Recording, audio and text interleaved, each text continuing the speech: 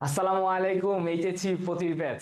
তোমাদের বাংলা প্রথম পত্র এবং দ্বিতীয় পত্র ইতোমধ্যে শেষ হয়ে গিয়েছে। তোমাদের মঙ্গলবারে বাংলা ইংরেজি প্রথম পত্র পরীক্ষা। অনেকে ভয়ে থাকে ইংরেজি পরীক্ষা নিয়ে। ইংরেজি সেকেন্ড পত্র পরীক্ষা তারপরে হবে। তো তোমাদের বাংলা পরীক্ষা কেমন হয়েছে একটু জানাবা তোমরা। তোমরা একটু কমেন্টে জানাবা তোমাদের বাংলা প্রথম পত্র এবং দ্বিতীয় পত্র পরীক্ষা কেমন হয়েছে, কত মার্কস আশা করতে পারো এবং ইংরেজিতে তার চেয়ে ভালো করতে পারবা কিনা।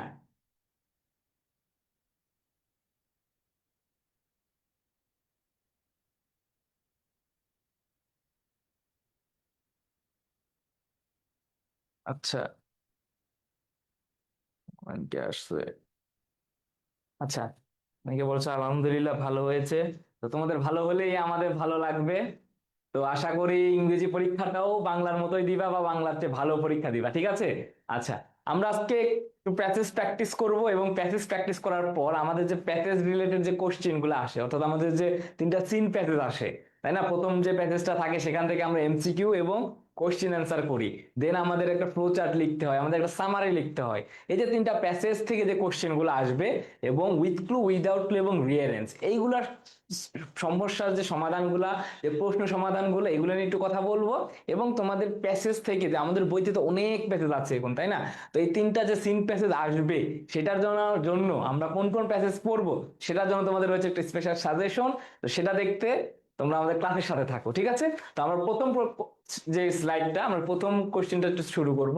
দেখবা তোমরা প্রশ্ন হাতে পাওয়ার পরেই একটা বিশাল একটা সিন প্যাসেজ পাবা। এবং আমাদের এই সিন প্যাসেজটা আমরা সবসময় কোথায় পড়ে আসছে? আমাদের ইংলিশ ফর টুডে বইটাতে, তাই না? তো আমরা যে সাজেশনটা দিব আশা করি সেখান থেকে কমন পাবা তোমরা। তো আমরা আজকে এই এই যে এই প্যাসেজটা আজকে আমরা একটু সলভ করার চেষ্টা করি এবং এই প্যাসেজের পরে যে কোশ্চেন গুলো থাকবে আমরা সেই কোশ্চেন গুলো একটু সলভ করব, ঠিক আছে? আচ্ছা, দেখো, তো প্রথম যে প্যাসেজটা আমাদের এসেছে কোথা থেকে? অ্যাডোলেসেন্স থেকে, তাই না? প্রথম যে প্যাসেজটা এটা এসেছে আমাদের অ্যাডোলেসেন্স থেকে, আমাদের খুবই কমন একটা টপিক এবং খুবই গুরুত্বপূর্ণ। দেখো, অ্যাডোলেসেন্স কারা আমরা জানি যে আমরা, তাই না? এটা নির্দিষ্ট বয়সে যে শিক্ষার্থীরা, চাইল্ডহুড এবং অ্যাডাল্টহুডের মাঝখানে যারা রয়েছে তাদেরকে বলা হচ্ছে কারা? অ্যাডোলেসেন্স। অ্যাডোলেসেন্স কনস্টিটিউট, অর্থাৎ কি করে? কনস্টিটিউট মানে গঠন করে নেশনস কোর রিসোর্স। একটা দেশের রিসোর্স মানে কি? এখানে রিসোর্স মানে সম্পদ। একটা দেশের প্রধান যে সম্পদটা সেটা কিন্তু গঠন হয় আমাদের যে অ্যাডোলেসেন্স যে পিরিয়ডটা সেটির মাধ্যমে for national renewal and growth, অর্থাৎ জাতীয় উন্নতি এবং জাতীয় উন্নতি এবং জাতীয় ডেভেলপমেন্ট। এই যে ন্যাশনাল ডেভেলপমেন্ট, এইগুলোর প্রধান যে সম্পদ, সেই সম্পদটা হচ্ছে আমরা যুবকেরা, অ্যাডোলিসেন্টরা। অ্যাডাল্টহুড ও না, আবার চাইল্ডহুডও না। আমরা যারা যুবক তারাই দেশের একটা প্রধান সম্পদ হিসেবে পরিগণিত হই। দেন অ্যাডোলিসেন্স, দেখো, অ্যাডোলিসেন্স ইজ এ পিরিয়ড, অর্থাৎ একটা সময়কাল, তাই না? অ্যাডোলিসেন্ট হচ্ছে কি? একটা সময়কাল। অ্যাডোলিসেন্ট একটা সময়কাল ইন লাইফ, আমাদের জীবনে, when transition from childhood to adulthood, অর্থাৎ আমরা যে শিশু আছি, শিশুর পরে আমরা আবার বৃদ্ধ বয়সে চলে যাব। এই যে শিশু থেকে বৃদ্ধ বয়সের মাঝখানের যে সময়টা, এই সময়টাকে আমরা বলছি কি? অ্যাডোলিসেন্স। যে একটা ট্রানজিশন, আমাদের চাইল্ডহুড থেকে অ্যাডাল্টহুডে যাওয়ার যে একটা ট্রানজিশন, যে একটা পথ, সেই পথ that take place and behaviours and lifestyles are shaped, অর্থাৎ এই পথের মাধ্যমে কি করে আমাদের যে আচরণ, যে বিহেভিয়ার গুলা, সেগুলা গঠন হয়। অর্থাৎ দেখো, শিশুকালে আমরা আসলে কি আচরণ করি না করি সেটা আসলে কোনো ফ্যাক্ট না। ইভেন যারা বৃদ্ধ হয়ে যায়, সে কেউ যদি পাগলামো করে সেটাও কিন্তু কোনো ফ্যাক্ট না, তাই না? কিন্তু আমরা যদি এই যে মধ্যবয়সী যারা যুবকেরা রয়েছে, যুবতীরা রয়েছে, যারা অ্যাডোলিসেন্টস রয়েছে, অ্যাডোলিসেন্ট পিরিয়ড যাদের চলছে, তো এই সময়টাতে আমরা যে ব্যবহারটা করি, আমাদের আচরণ করি, আমাদের আচরণের মাধ্যমে কি হয়? বংশের পরিচয় নির্ণয় করা হয়, বা আমাদের আচরণের মাধ্যমে আমাদের পরিবারকে নির্ণয় করা হয়, তাই না? তো বলা হয় যে এই অ্যাডোলেসেন্ট সময়টাতে আমরা আমাদের আচরণটা যেভাবে গড়ে তুলবো, আমাদের আসলে জীবনটা সেভাবেই মানুষ কি করবে? সেই চোখেই দেখবে। সেজন্য বলা হয়েছে যে এই সময়টাতে adulthood place and behaviour and lifestyle are shape, অর্থাৎ আমাদের আচরণের মাধ্যমে আমাদের জীবনটা কি হয়? গঠিত হয়। Then according to the world health organization, অর্থাৎ WHO, আমরা জিকেতে এই সম্পর্কে অনেক পড়েছি, তাই না? WHO, adolescence is the period which shapes the future of girls and boys lives। অর্থাৎ এই যে অ্যাডোলেসেন্ট যে সময়কালটা, তাই না, এই যে বয়সন্ধিকাল সময়কালটা, এটা আমাদের পুরো জীবনটাকে গঠিত করে। আমরা আমরা আসলে বৃদ্ধ হয়ে কোন পথে যাব, আমরা বড় লোক হবো না গরিব হবো, এটা এটা ডিপেন্ড করে আসলে আমাদের এই সময়টার পরিশ্রমের উপরে, ঠিক আছে। তো তুমি যদি এই সময়টাতে ভালো করে পরিশ্রম করতে পারো, তোমার হয়তো জীবন জীবিকাটা খুব ভালো কাটবে। আর যে করতে পারবে না, তার জীবন জীবিকাটা হয়তো একটু কঠিন কাটবে। এই জন্য বলা হয় যে অ্যাডোলেসেন্ট সময়কালটা আমরা যেভাবে অতিক্রম করব, আমাদের ভবিষ্যৎ জীবনটাও সেভাবেই হবে। এই জন্য বলা হয় যে বয়েজ লাইফটাকে তারা কি করে গঠন করে দেয়। দেয়ার আর 28 মিলিয়ন, দেখো এই যে কনসেপ্টটা 28 মিলিয়ন, এখান থেকে কিন্তু অনেক সময় এমসিকিউ কোশ্চেন চলে আসতে পারে যে 28 মিলিয়ন অ্যাডোলেসেন্টস ইন বাংলাদেশ, অর্থাৎ আমাদের বাংলাদেশে প্রায় 28 মিলিয়ন অ্যাডোলেসেন্টস আছে। মানে একটা হিউজ পরিমাণ, এটা দেশের একটা বৃহৎ একটা অংশ, ঠিক আছে। আচ্ছা, হিউজ পরিমাণে একটা অ্যাডোলেসেন্স আছে আমরা দেখছি। এর ভিতর দেখো 13.7 মিলিয়ন, কত, 13.7, মানে 13.7 millions of them are girls and 14.3 millions of boys. অর্থাৎ এই যে 28 মিলিয়ন যে অ্যাডোলেসেন্টস আছে, তাদের মধ্যে 13.7%, অর্থাৎ 13.7 মিলিয়ন হচ্ছে রয়েছে মেয়েরা, এবং 14.3 মিলিয়ন রয়েছে হচ্ছে ছেলেরা, অর্থাৎ প্রায় কাছাকাছি সংখ্যক একটা সংখ্যা, তাই না। Then the situation of adolescence girls in Bangladesh is characterized by inequality and subordination within the family and society। দেখো কি বলেছে, দ্য সিচুয়েশন অফ অ্যাডোলেসেন্স, তো অ্যাডোলেসেন্টদের যে অবস্থানটা বা তাদের যে পারিপার্শ্বিক অবস্থা, girls in Bangladesh is characterized by inequality and subordination. অর্থাৎ এই যে ছেলে আর মেয়েদের ভিতর মানে বর্তমান সমাজে আসলে একটু কমে কমে গেলেও আগেকার সমাজে প্রচুর ছিল এই জিনিসটা, যে ছেলেকে একটু বেশি প্রায়োরিটি দেওয়া হইতো, মেয়েকে একটু কম দেওয়া হইতো, তাই না। এই যে একটা ইনইকুয়ালিটি, একটা বৈষম্য, আমরা বৈষম্য বিরুদ্ধে আন্দোলন করেছি, এই যে একটা বৈষম্য, এই যে একটা সাবঅর্ডিনেশন, অর্থাৎ মেয়েদেরকে সবসময় একটা সাবঅর্ডিনেট করে রাখা হইতো, প্রেস করা হইতো, একটা subordination within the family and society, অর্থাৎ পরিবার এবং সমাজে সকলখানেই একটা সময় কি এই লিঙ্গ কেন্দ্রিক যে বৈষম্যটা, এই বৈষম্যটা ছিল, ঠিক আছে। তো এই যে এই সম্পর্ক এখানে বলা হয়েছে, the girls in Bangladesh is characterise, অর্থাৎ বাংলাদেশের মেয়েরা সচরাচর পরিবার এবং সমাজে কিছুটা মার্জিনালাইজ, তারা কিছুটা বৈষম্যের শিকার হয়, সবখানে তাদের যাতায়াত হয় না, তাই না।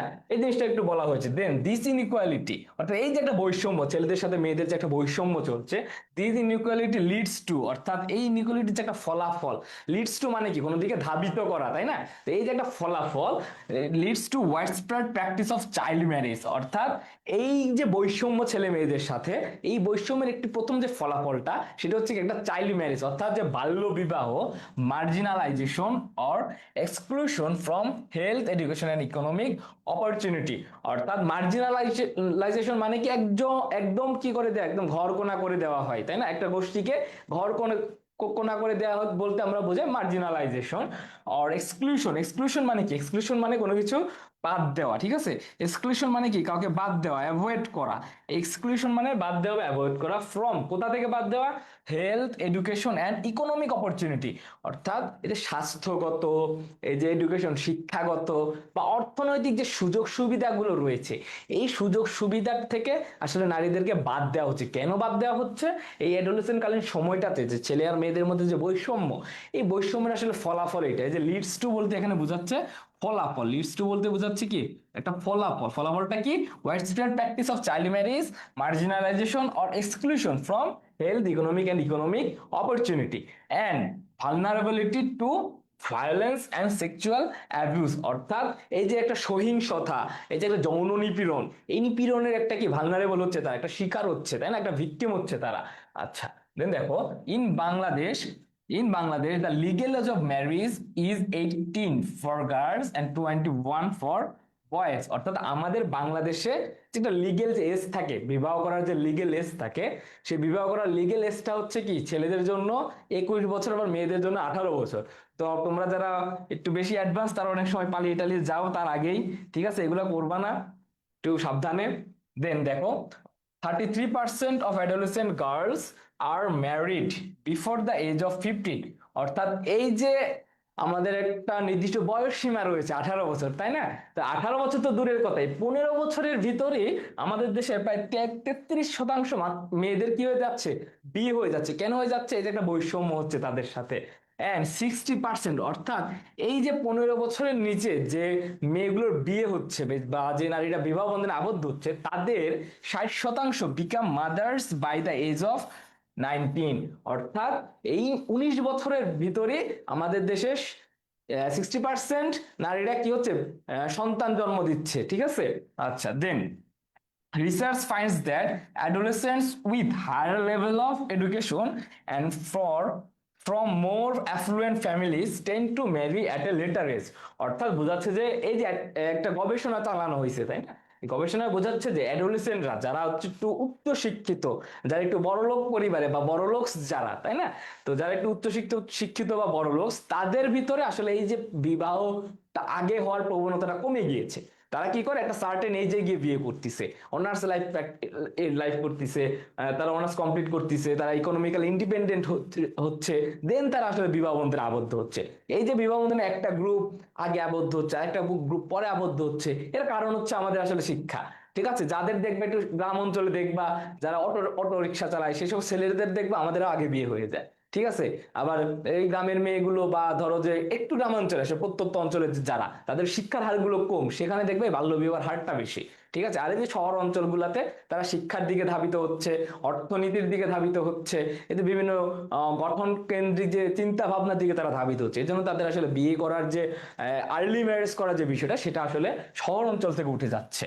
আচ্ছা, দেন however become ready for marriage only after several years of adolescence and young adulthood। আচ্ছা, কি বলছে, families tend to marry at a later age, boys অর্থাৎ যে বালকেরা, যাই হোক, become ready for marriage only after several years of adolescence and young adulthood। অর্থাৎ এই যে আমরা বালকেরা যারা রয়েছে, যুবকরা যারা রয়েছে, তারা আসলে হচ্ছে কি, এই যে অ্যাডাল্টহুড, সেভারাল ইয়ার্স, তাই না, several several years of adolescent, অর্থাৎ অ্যাডোলেসেন্ট সময়কালে পার হওয়ার প্রায় কয়েকটি বছর পরে আমরা আসলে বিবাহ বন্ধনে আবদ্ধ হচ্ছে। অর্থাৎ ছেলেদের মধ্যে যে যে বাল্য বিবাহের হারটা, এটা কিন্তু একটু কম, বাট মেয়েদের মধ্যে একটু বেশি হয়ে যাচ্ছে। এটা কেন হচ্ছে, আসলে সে অঞ্চলে শিক্ষার দ্বারা। আচ্ছা, এই প্যাসেজের যে মূল যে কোরটা, এটা কেন, এই মূল কোরটা হচ্ছে আসলে অ্যাডোলেসেন্ট সম্পর্কে, যে অ্যাডোলেসেন্ট হচ্ছে কি একটা দেশে প্রধান একটা সম্পদ গড়ে তুলতেছে।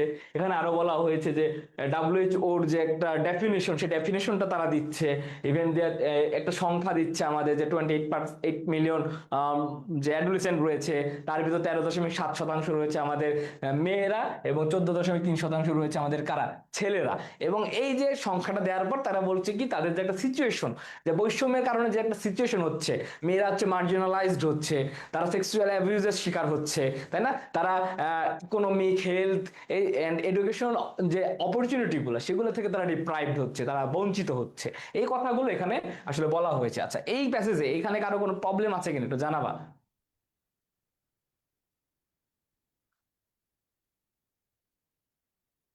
এই প্যাসেজে কারো কোনো প্রবলেম আছে কিনা একটু জানাবা, বা কোনো অর্থ বুঝতে পারছো কিনা।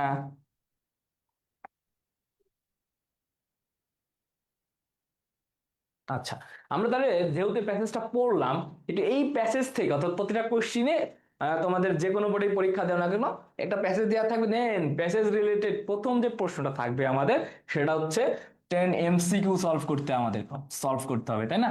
এই যে MCQ সলভ করার ক্ষেত্রে তোমরা আসলে, আমাদের যেহেতু সিম প্যাসেজ আমরা অবশ্যই আমাদের ইন্টার লাইফে পড়ে এসেছি, তাই না, তাহলে যেহেতু পড়ে এসেছি আমাদের কাছে খুবই পরিচিত লাগবে, ঘাবড়ানোর কিছু নাই। আমরা জাস্ট MCQ গুলো একটু পড়বো। দেখো কি বলেছে, adolescence is a dash period from childhood to adulthood.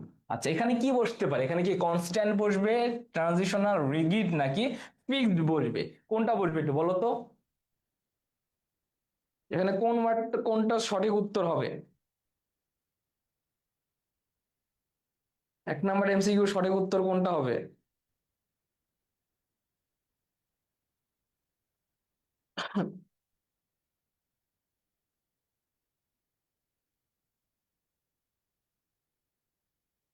1 number MCQ সঠিক উত্তরটা কি হবে? তোমরা যারা জুমে আছো কমেন্ট করতে পারো, এবং ফেসবুকে যারা আছো তোমরাও কমেন্ট করো। আচ্ছা, বি, বি সবাই বলছো বি, ধন্যবাদ। আচ্ছা, আচ্ছা, ধন্যবাদ। Transitional, good. আচ্ছা, কেন ট্রানজিশনাল হইলো, দেখো, ট্রানজিশনাল হওয়ার কারণটা কি? এখানে আমাদের একটা খুবই স্পষ্ট একটা বাক্য আমাদের রয়েছে, তাই না? যে adolescence is a period in life when transition, দেখো এই যে ওয়ার্ডটা রয়েছে transition from childhood to adulthood, অর্থাৎ এই অ্যাডোলেসেন্ট কালীন সময়টা আসলে কোনো নির্দিষ্ট সময় না, এটা আসলে একটা বিশাল সময় ধরে চলাফেরা করে, তাই না? দেখো কনস্ট্যান্ট মানে কি? কনস্ট্যান্ট মানে হচ্ছে স্থির, অ্যাডোলেসেন্ট কোনো স্থির সময় না। রিগিড মানে কি? রিগিড মানে বলা যায় স্থির বা একটু, দেন ফিক্সড মানে একটু নির্দিষ্ট বুঝাচ্ছে, তাই না? দেন এই ট্রানজিশনাল মানে কি? যেটা আসলে পরিবর্তনশীল, এই যে অ্যাডোলেসেন্ট কালীন সময় আমরা আসলে একটু পরিবর্তনশীল হই, বা এই যে একটা আমাদের একটা ট্রানজিশনাল পিরিয়ড, এটা আমাদের বইতে বা অর্থাৎ আমাদের প্যাসেজে স্পষ্ট ভাবে লেখা আছে। দেন পরবর্তী যে কোশ্চেনটা, the transition from childhood to adulthood takes place in life, এটা কি ডিউরিং চাইল্ডহুডে হচ্ছে, এটা কি ইন অ্যাডোলেসেন্স হচ্ছে, বিফোর ডেথ হচ্ছে, নাকি হোয়েন দে গেট ম্যাচিউর, কখন হচ্ছে? এই যে অ্যাডোলেসেন্ট কালীন সময়টা আমাদের কখন আমাদের জীবনে আসতেছে, অ্যাডোলেসেন্ট কালীন সময়টা আমাদের জীবনে কখন আসতেছে? আচ্ছা, মোহাম্মদ আতিক, তাসনিম জামান এবং শাহিন মিয়া বি বলছো, আচ্ছা তোমাদেরটা সঠিক হয়েছে, ধন্যবাদ। আচ্ছা দেন 2 নম্বর কোশ্চেনের এমসিকিউটা উত্তর দিবা তোমরা। বি, আচ্ছা লামিয়া বলছো বি, অ্যানি বলছো বি, মুকিত হাসান বলছো বি, কাসপিয়া বলছো বি, আতিক হাসানও বলছো বি। আচ্ছা দেখো, কেন বি হইলো? এই যে অ্যাডোলেসেন্ট কালীন সময়টা, এটা আসলে কোন সময় আমরা জানি যে এটা হয় কখন? চাইল্ডহুডের পরে এবং অ্যাডাল্টহুডের আগে। দেখো এখানে বলছে ডিউরিং চাইল্ডহুড, আমাদের ডিউরিং চাইল্ডহুড এটা হয় না, এটা কাটা। আবার দেখো বিফোর ডেথ, মানে মৃত্যুর পূর্বে তো হয়, স্বাভাবিক কথা, কিন্তু বিষয়টা হচ্ছে বিফোর ডেথের আসলে কোন সময়টাতে হচ্ছে, এটা আমাদের আসলে কনসার্ন বেশি। হোয়েন দে গেট ম্যাচিউরড, আসলে আমরা অ্যাডোলেসেন্ট সময়কালটাই আসলে ম্যাচুরিটির সময়। এই পুরো অ্যাডোলেসেন্ট সময়কালটা জুড়ে আমরা ম্যাচিউরড হবো, ম্যাচিউরড হওয়ার পরে আমাদের জীবনে আসলে কখনো অ্যাডোলেসেন্ট সময়টা আসবে না। উত্তরটা হচ্ছে ইন অ্যাডোলেসেন্স। ঠিক আছে, এই যে ট্রানজিশনটা হচ্ছে from childhood to adulthood take place in adolescence, ঠিক আছে। আচ্ছা, আচ্ছা বি এর 2 বলছো রকিবুল ইসলাম রকি। আচ্ছা, মেহেদি হাসান আলিফ বলছো, ধন্যবাদ মেনশন দেওয়ার জন্য। আচ্ছা, আমরা বি এরও 2 পেলাম। দেন পরবর্তী কোশ্চেনটা আমরা একটু দেখবো। When what would be the closest meaning of the word constitute in the first sentence? আমরা প্রথম সেন্টেন্সে কনস্টিটিউট ওয়ার্ডটা দেখেছিলাম, তাই না? তাহলে কনস্টিটিউট ওয়ার্ডটার কোন মিনিংটা আসলে এখানে পারফেক্ট হবে, একটু বলবা? আচ্ছা, 3-এর বি বলছো মুকিত হাসান, আমিরা, মোস্তাক কামাল, বাইনা নূর, অনিকা তাহসিন, রাজ্জাহান। গুড।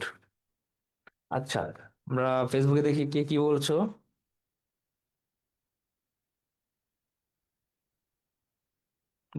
আচ্ছা দেখো, কনস্টিটিউট মানে কি?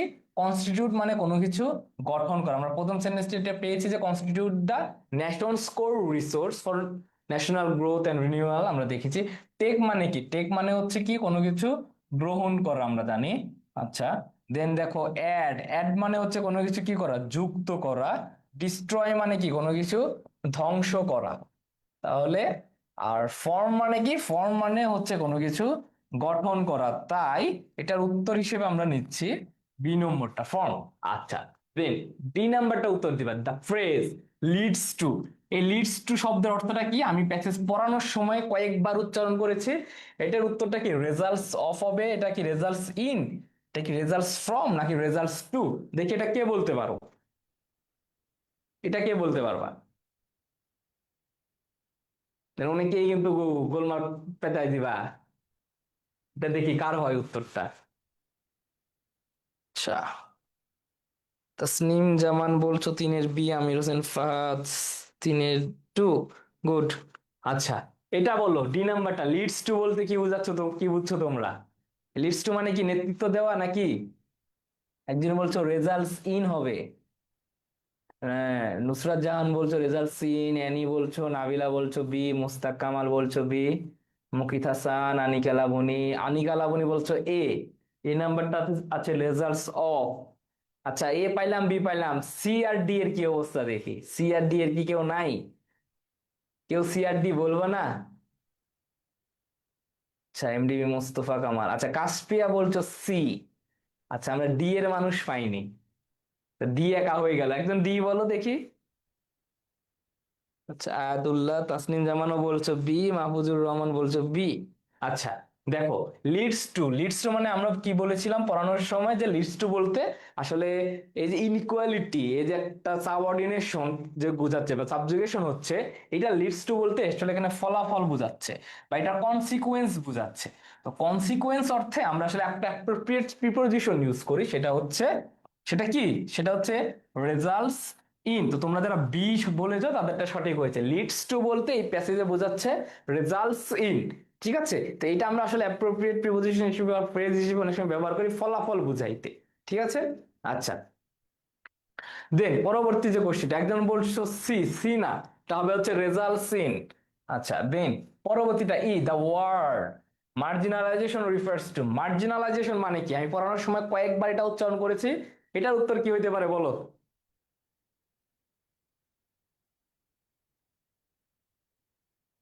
পরীক্ষার হলে যাওয়ার আগে এটা মনে করো তোমাদের আরেকটা পরীক্ষা, বুঝতে পারছো? তো খুব ভাবনা চিন্তা করে, দরকার হলে সামনে তো তোমাদের সবার সামনে বই আছে অবশ্যই, দরকার হলে বইটা খুলে খুলে একটু বলো দেখি কি উত্তর হইতে পারে। মার্জিনালাইজেশন মানে কি হইতে পারে? আচ্ছা, আমির হোসেন ফাদ ডি এর দুই বলছো, গুড। ই নাম্বারটা কি? দ্য ওয়ার্ড মার্জিনালাইজেশন, দেখি কেউ উত্তর করছো। সাউদা নূর বলছে আবদ্ধ রাখা। আচ্ছা, পাঁচের বি বলছো, B holding no power. Atik হাসানও দুই বলছে। এই একজনকে আরেকজন একটা মানে একজন উত্তর করার পর সবাই কি দেখে থেকে বলছো নাকি? একজন এ বলছো, সাইমা নুসরাত একটু ব্যতিক্রম দেখি, এ বলছো holding A lot of power. আচ্ছা, সাইমা নুসরাতকে আমরা মার্জিনালাইজড করে দেবো যাতে তার প্রচুর ক্ষমতা থাকে। ঠিক আছে। আচ্ছা, একজন এ বলছো আর বাকি সবাই বি বলেছো। আচ্ছা, আমরা একটু ফেসবুকে দেখি কে কি বলছো। ই এর ডি, সিফাত ইসলাম বলছো ডি, শাহিন মিয়া বলছো ডি। আচ্ছা, সবই বি। আচ্ছা, কি হইতে পারে? দেখো, ই নাম্বারটা, দ্য ওয়ার্ড মার্জিনালাইজেশন রিফার টু, দেখো মার্জিনালাইজেশন মানে কি, কাউকে আবদ্ধ করে রাখা বা কাউকে একটা কোনায় ফেলে দেওয়া। ঠিক আছে, তো যাকে আসলে আমরা ফেলে দিই, কারো ক্ষমতা থাকলে কি তাকে ফেলে দিতে পারি? পারি না। তার মানে কি, এটা উত্তরটা হবে হোল্ডিং নো পাওয়ার। তো যার কোনো আসলে ক্ষমতা নাই তাকে আমরা মার্জিনালাইজড করে দিই। ঠিক আছে, আমাদের হাসিনার এখন কোনো ক্ষমতা নেই, তাকে আমরা দেশের একদম প্রান্তে ফেলে দিয়েছি, সে এখন মার্জিনালাইজড। দেন পরবর্তী উত্তরটা আমরা একটু দেখবো, এফ নম্বরটা, the word widespread mention in the passage means. Widespread মানেটা কি, এটার উত্তর কি হবে?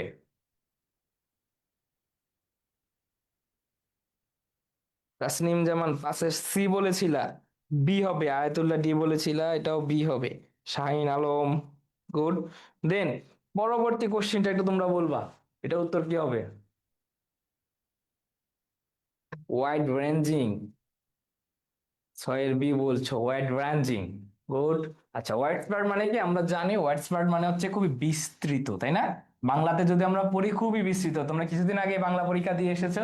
লিমিটেড মানে কি, লিমিটেড মানে আমরা জানি সীমিত, আমাদের খুবই কমন ওয়ার্ড। ন্যারো মানেও আমরা এক সেম ওয়ার্ড বুঝাচ্ছে, মিনর মানেও ছোট বুঝাচ্ছে, তাই না? এই ওয়াইড রেঞ্জিংটাই হবে কি সঠিক উত্তর। আচ্ছা, এফ নাম্বারটার উত্তরটা হবে কি টু। দেন আমরা এটা পরবর্তী কোশ্চেনটাতে যাব। WHO, হু ওয়ার্কস ফর, এটা কি math education, public health, accommodation নাকি হাউজিং? কোনটাকে নিয়ে কাজ করছে হু? তোমরা যারা জিকে তে এক্সপার্ট তারা কিন্তু প্যাসেজ না পড়লেও পারবা, আমাদের সাকিব স্যার আর স্যারের ক্লাস যারা করেছে তারা অবশ্যই পারবা। আচ্ছা, কেউ বলছো সবাই একই উত্তর দিচ্ছ। আচ্ছা, তোমাদের মধ্যে কোনো ভার্সেটাইল কিছু নাই, মানে সবাই একই উত্তর দিচ্ছ, সবাই এ দিচ্ছ, সবাই বি দিচ্ছ, দুই একজন খালি পাচ্ছি, কে একজন হয়তো এ দিচ্ছে একজন ডি দিচ্ছে। ঠিক আছে, তোমাদের মধ্যে আসলে কোনো বৈচিত্র্য নাই, তোমরা একদম ঐক্যবদ্ধ।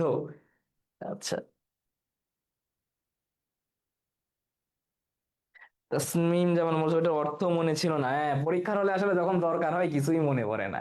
ঠিক আছে। আচ্ছা, ঠান্ডা মাথায় পরীক্ষা দিতে হবে। আচ্ছা, WHO, who works for public health, তাই না? হু হচ্ছে কি আমাদের বিশ্ব স্বাস্থ্য সংস্থা, এটা হচ্ছে পাবলিক হেলথ নিয়ে কাজ করে। হু কত সালে গঠন হয়েছে কেউ বলতে পারবা? ডাব্লিউএইচও কত সালে গঠন হয়ে গেছিল বলতে পারবা কেউ? আমরা এক আত্মা এক প্রাণ, গুড। তোমরা পরীক্ষার হলেও এক আত্মা এক প্রাণ, সবাই সঠিক দাগালে সবাই সঠিক দাগাবা, সবাই ভুল দাগালে ভুল দাগাবা।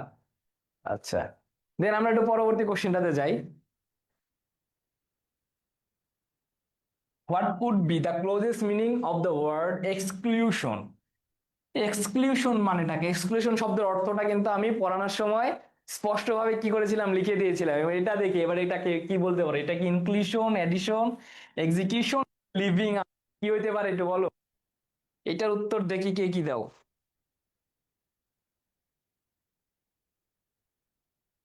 এই আবিদ হাসান ফাহিম একজন বলছে 1971 সালে হু গঠন হয়েছে। এই ক্লাসে যদি শাকির স্যার থাকতো তোমাকে আসলে ফোনের ভেতর ঢুকে একটা মাইর দিত। আচ্ছা, এটার উত্তর কি হবে, এক্সক্লুশন। আচ্ছা, সবাই দিচ্ছ ডি, লিভিং আউট। দেখো ইনক্লুশন মানে আমরা জানি কোনো কিছু ইন করা, তাই না? ইন করা বলে ভিতরে অভ্যন্তরীণ করা, দেন অ্যাডিশন মানে কোনো কিছু যোগ করা, এক্সিকিউশন মানে কোনো কিছু কি করা, নির্বাহ করা। আর লিভিং আউট মানে কি, লিভিং আউট মানে কোনো কিছু ছেড়ে দেওয়া। লিভিং আউট মানে কি কোনো কিছু ছেড়ে দেওয়া, বা আমরা দিতে পারি কোনো কিছু বাদ দেওয়া। অর্থাৎ অ্যাভয়েড অর্থে আসলে আমরা এই জিনিসটা ইউজ করতে পারি। তার মানে এক্সক্লুশন মানেও যা, আসলে লিভিং আউট মানেও তাই, তার উত্তরটা হবে হচ্ছে ফোর। যাদের সাউন্ড প্রবলেম নাই সে বসে নীরব, আনমিউট করে তারা খালি কথা বলো, ভালো চুপ থাকবে। আচ্ছা, আচ্ছা, যার হচ্ছে তোমার এদিকে দেখা তাকানো লাগবে না, পারবে না জিনিস কিছু হবে তো।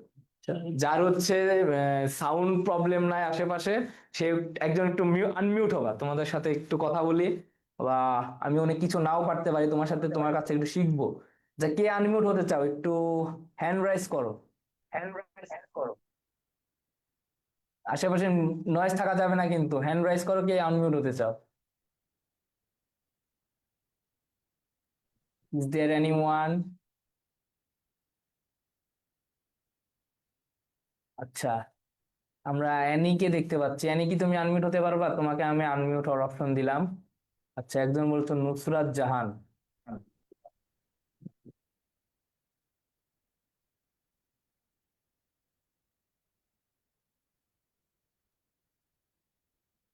আচ্ছা, অ্যানি কি আমাকে শুনতে পাচ্ছো? আচ্ছা, অ্যানি মেবি আমাকে শুনতে পাচ্ছে না। আমরা একটু নুসরাত জাহানকে আনমিউট করার অপশন দেই। নুসরাত জাহান তুমি আনমিউট হইতে পারো। জি স্যার। শুনতে পাচ্ছ আমাকে? জি স্যার, শুনতে পাচ্ছি। আচ্ছা, ঠিক আছে। আচ্ছা, what is suppose to B the gateway between childhood and adulthood? আচ্ছা, অ্যাডাল্টহুড এর মধ্যে একটা প্রবেশ পথ বা একটা গেটওয়ে হিসেবে আমরা কোনটাকে গঠন করতে পারি বা কোনটাকে নির্ণয় করতে পারি? এটা কি ফ্যামিলি, সোসাইটি, অ্যাডোলিসেন্স নাকি অ্যাডোলিসেন্ট, কোনটা হইতে পারে? স্যার, এটা 3 নাম্বারটা হতে পারে, অ্যাডোলেসেন্স। অ্যাডোলিসেন্স কিভাবে হইতে পারে 3 নাম্বারটা? আমাকে এক্সপ্লেইন করো তো। স্যার, অ্যাডোলেসেন্স এর মাধ্যমেই তো একজন শিশু চাইল্ডহুড থেকে অ্যাডাল্টহুডে পৌঁছায়। Adulthood আচ্ছা, আচ্ছা, তাহলে অ্যাডোলিসেন্ট হলো না কেন আইভি নাম্বারটা? স্যার, ও স্যার, এটার কারণটা আমি আসলে বলতে পারছি না। আচ্ছা, এটা কারণ, আচ্ছা কোনো ব্যাপার না। দেখো এটা হচ্ছে একটা নাউন, তাই না? আর এটা হচ্ছে কি একটা অ্যাডজেক্টিভ। তো আমাদের চাইছি কি what is suppose to be the, এটা হোয়াটটা বলতে বোঝাতে একটা নাউন লাগবে আমাকে, মানে কোন জিনিসটা। এই জন্য আমরা আসলে 3 নাম্বারটা উত্তর হবে অ্যাডোলিসেন্স। বুঝতে পারছো? জি স্যার। পরবর্তীটাতে আমরা একটু যাব। যে নাম্বারটা হয়তো এই পাশে আসে, আমি the situation of adolescent girl in Bangladesh is characterized by, এটা কি হবে? এটা কি impartiality and preeminence within the family and society, discrepancy and relegation everywhere, freedom of speech and movement, নাকি বোথ, এক এক আর দুই, কি হইতে পারে? স্যার 1 আর 2 হতে পারে, বোথ। আচ্ছা, impartiality and preeminence within the family and society, sure? এটা চিন্তা ভাবনা করে দেখো তো কি হইতে পারে। জি স্যার। আচ্ছা, বাট ফেসবুকে দেখি কে কি বলছো।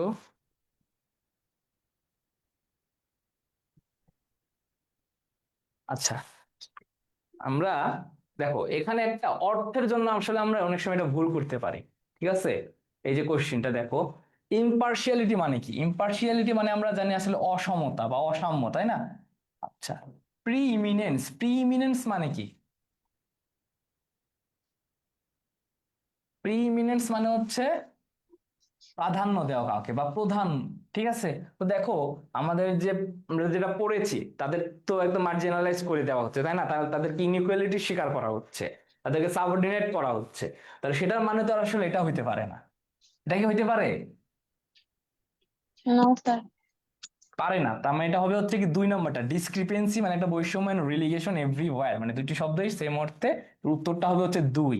1 নম্বরটা কেন হইলো না বুঝতে পারছো? কারণ প্রিমিনেন্স মানে হচ্ছে কাউকে প্রাধান্য দেওয়া। ঠিক আছে, প্রিমিনেন্স মানে হচ্ছে কাউকে প্রাধান্য দেওয়া। তো তোমরা যখন এই যে এমসিকিউ গুলো সলভ করবে, অবশ্যই তোমরা আসলে চোখ কান নাক বন্ধ করে কিছু দেওয়া যাবে না, তো অর্থগুলা বুঝবা। ঠিক আছে, কারণ একদম হুবহু তোমাদের আসলে কোনো কিছু দিয়ে দিবে না, যে প্যাসেজ থেকে হুবহু শূন্যস্থান দিবে না। খুবই স্বাভাবিক এটা, তাই একটু সিনোনিম গুলা কি অ্যান্টোনিম গুলা কি বা সেন্টেন্সের অর্থগুলা কি, এটা কিন্তু তোমাকে খুব ভালোভাবে বুঝতে হবে। আচ্ছা, পরবর্তীতে আমরা একটু অ্যান্সার দ্য ফলোইং কোশ্চিন। আচ্ছা, A B C D E, এই যে 3টা করে কোশ্চিন আমাদের থাকবে এবং 3টা কোশ্চিনে আমরা 3 5 কত মার্কস পাবো? 15 মার্কস পাবো, তাই না? আমরা 3টা কোশ্চিনে 3 5 15 মার্কসের একটা কোশ্চিন থাকবে। তো কোশ্চিন অ্যান্সার গুলো আমরা একটু বাসায় প্র্যাকটিস করব, এবং এই প্র্যাকটিস করার একটু তোমাদের নমুনাটা একটু দিয়ে দিই, যে প্র্যাকটিস করার ক্ষেত্রে তোমরা যেটা করবা সেটা হচ্ছে যখন কোনো ডেফিনিশন দিচ্ছ বা কোনো কিছু সম্পর্কে লিখতে যাচ্ছ, কখনোই হুবহু কোনো ওয়ার্ড তোমরা কখনোই ব্যবহার করবে না। ঠিক আছে, হুবহু শব্দ অ্যাভয়েড করো, মানে মূল শব্দটা বাদে, লাইক অ্যাডোলেসেন্স এটা আসলে তুমি ইউজ করতে পারবে, but মূল শব্দটা বাদে যখন তুমি কোনো অ্যাডজেক্টিভ ইউজ করতেছো বা কোনো কিছুকে বর্ণনা করতেছো, সেক্ষেত্রে কি চেষ্টা করবা সিনোনিম গুলা ব্যবহার করার। তাহলে তাহলে যিনি তোমার খাতা দেখবো, তার টিচার, তিনি বুঝবেন যে তোমার লেক্সিক্যাল রিসোর্স ভালো, তুমি আসলে উদ্দীপক থেকে তুলে দাও না। ঠিক আছে, এই যে বিষয়গুলা আসলে যতটা পারবা টিচারকে স্যাটিসফাই করার চেষ্টা করবা পরীক্ষার খাতাতে। তুমি ধরো কোথাও লিখতেছো যে স্টার্ট, তুমি স্টার্ট না লিখে তুমি লিখবা কমেন্টস। ঠিক আছে, বা তুমি ধরো কোথাও লিখতেছো এন্ড, তুমি এন্ড না লিখে তুমি লিখতে পারো হচ্ছে টার্মিনেট। ঠিক আছে, এই যে একটা লেক্সিক্যাল যে বিষয়গুলা, এই বিষয়গুলো একটু মাথায় রাখবা। ঠিক আছে, তাহলে তোমার আসলে টিচার তোমার খাতা পড়ে ভালো লাগবে এবং বেশি বেশি মার্কস পাওয়া যায়। আমাদের তো বেশি বেশি মার্কস পাওয়ার উদ্দেশ্য, তাই না? আমাদের বেশি বেশি মার্কস পাইতে হবে। দেন আমরা একটু পরবর্তী, আমরা অ্যান্সার গুলো একটু পরে করব। আমরা একটা প্যাসেজ দেখবো। এই প্যাসেজটা অর্থাৎ আমাদের যে দ্বিতীয় প্যাসেজটা থাকবে, তাই না? এটা হচ্ছে কি আমাদের second passage.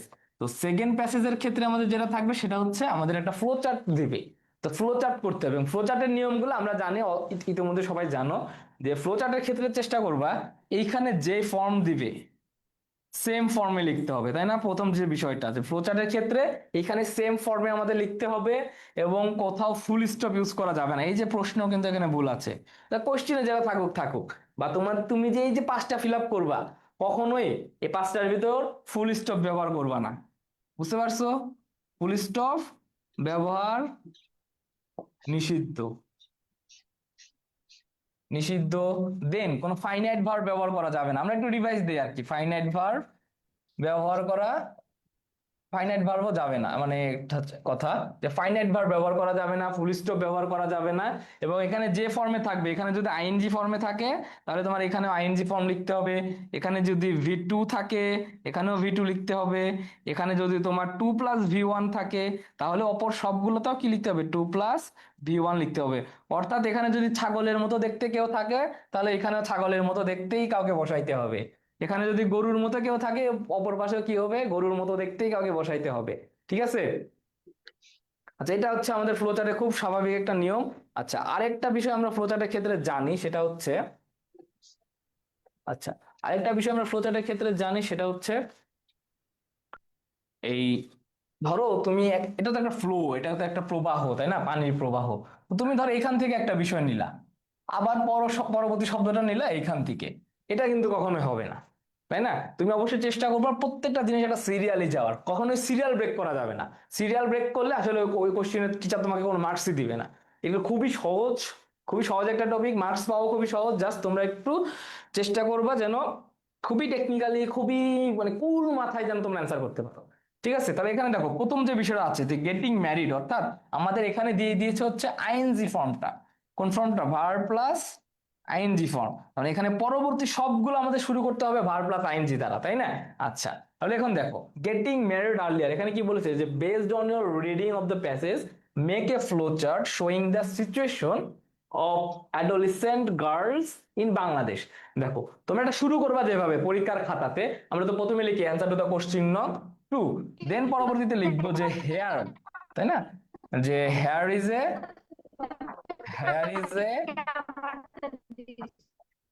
Flow chart, here is a flow chart, then এই শোয়িং থেকে পুরোটা তুলে দিবা, here is a flow chart showing the situation of adolescent girls in Bangladesh. বুঝতে পারছো? আচ্ছা, স্যার দেন প্যারাফ্রেজ করে লিখতে হবে স্যার কোশ্চেনে কতটুকু লেখা উচিত। আচ্ছা, কোশ্চেন বিষয়ে আমরা কথা বলবো। আচ্ছা, এই নয়েজ হচ্ছে কিন্তু। কি ঝামেলা লাগাই দেয় আচ্ছা, তুমি একটু আনমিউট হও। আমার কাছে বাকি নাই আমার আমার এখানে নয় মানে আমার কাছে বাংতি নাই আপনার কাছে ষাট কে কিরা জানা এখানে শব্দ হচ্ছে কার, একটু আনমিউট হও।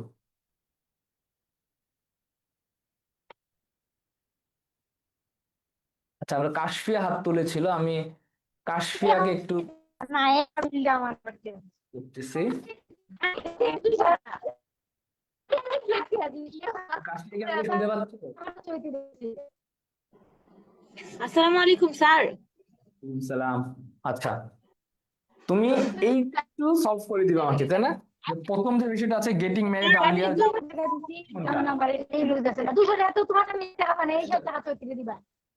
স্যার অনেক শব্দ হচ্ছে। কারণ আচ্ছা এখন মেবি স্টপ হইছে। জি স্যার।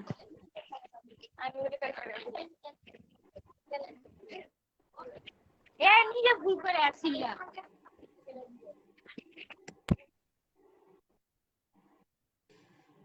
তাহলে দেখো প্রথম যে সিচুয়েশনটা আমরা দেখেছি গেটিং ম্যারিড আর্লিয়ার, এরপরে আমাদের আরো 5টা বিষয় দেখতে হবে। দেখো এখানে রয়েছে গেটিং ম্যারিড আর্লিয়ার, তার মানে এই বিষয়টা আমাদের বাদ আর দিতে হবে না। পরবর্তীতে দেখো আমরা কোন বিষয়টা নিতে পারি, যে সিচুয়েশনটা কি হইতে পারে, যে dropping out of school. Dropping out of school, তাই না? তাহলে আমরা এখানে লিখবো কি ড্রপিং, আমরা কিন্তু ড্রপস আউট অফ লিখবো না, আমরা লিখবো dropping out of school, just এইটুকু। তাহলে এটা গেল আমাদের 2 নম্বরটা। তাহলে 3 নম্বরটা কি লিখতে পারি?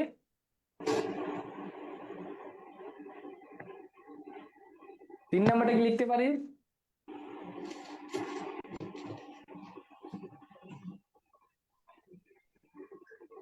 তিন নাম্বারটা কি লিখতে পারি? Getting continue to full work in their in-laws house. একজন বলছে রাফিরা ইসুল। দেখো রাফিরা ইসুল কোনো প্রোনাউন ইউজ করা যাবে না, ইন দেয়ার হাউস, দেয়ার, হিম, হার, এই জিনিসগুলো চেষ্টা করবে অ্যাভয়েড করা। ঠিক আছে, একদম ছোট্ট কথা, একদম ফ্রেজ ফ্রেজ আকারে 2-3টা শব্দ দ্বারা লিখবা।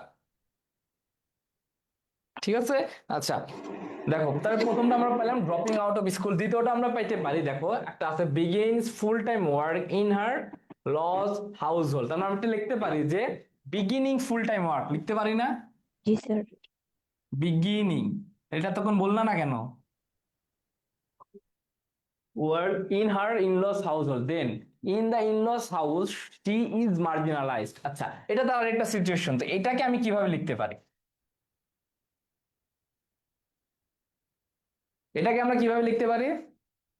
আচ্ছা, বিং মার্জিনালাইজড বলছো, গুড। ইকোনমিক ডিপেন্ডেন্সি না, দেখো ইকোনমিক ডিপেন্ডেন্সি না, এখানে যেভাবে আইএনজি যুক্ত ফর্ম আছে আমাদের সেভাবে লিখতে হবে। তার মানে আমরা এটা 2টা ভাবে লিখতে পারি। দেখো আমরা এটা লিখতে পারি যে বিং মার্জিনালাইজড লিখতে পারি, সরি এ হবে বিং মার্জিনালাইজড, অথবা লিখতে পারি যে গেটিং মার্জিনালাইজড। 2টা ভাবে লিখতে পারি, গেটিং মার্জিনালাইজড। দেন চতুর্থ নাম্বারটা দেখো, she becomes vulnerable to all form of abuse, তাই না? তাহলে এখানে কি লিখতে পারি, এটা একটু বানিয়ে দাও তো আমাকে, এখানে কি লিখতে পারি?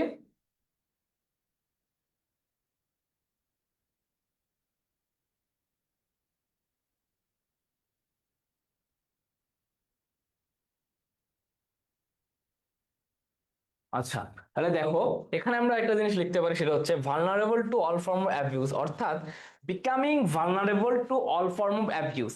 এটা লিখতে পারি যে বিকামিং ভালনারেবল, বিকামিং অথবা বিং ভালনারেবল, তাই না? Bill vulnerable to all form of abuse. তাহলে এটা গেল আমার চারটা, আর দুইটা আমাকে পাইতে হবে। Including dowry related violence in Bangladesh, it is still common for a bride's family to pay dowry despite the practice of being illegal. আচ্ছা, এখানে কি লিখতে পারি আমরা?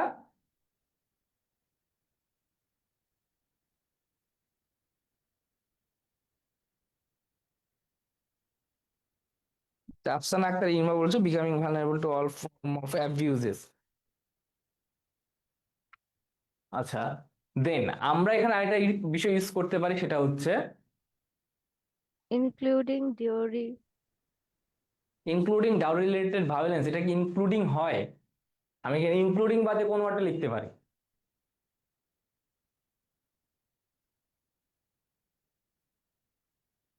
আচ্ছা, দেন আমরা এটা লিখতে পারি যে গিভিং ডাউরি, অর্থাৎ যৌতুক দিতে হয়, বা আমরা এটা লিখতে পারি যে becoming victim to dowry related violence.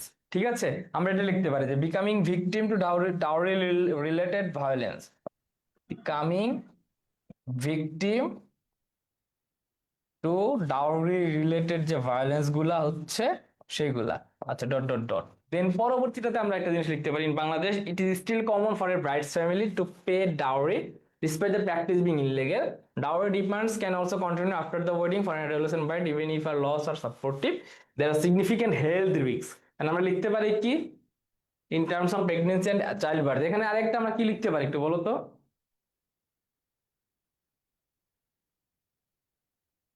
একজন লিখছো বিকামিং ভালনারেবল, গুড।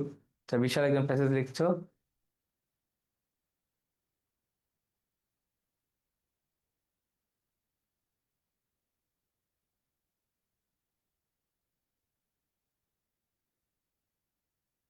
আচ্ছা, তাহলে দেখো পরবর্তী যে কোশ্চেনটা আমরা এখানে কি লিখতে পারি, একটা লাস্টেরটা বলো তো।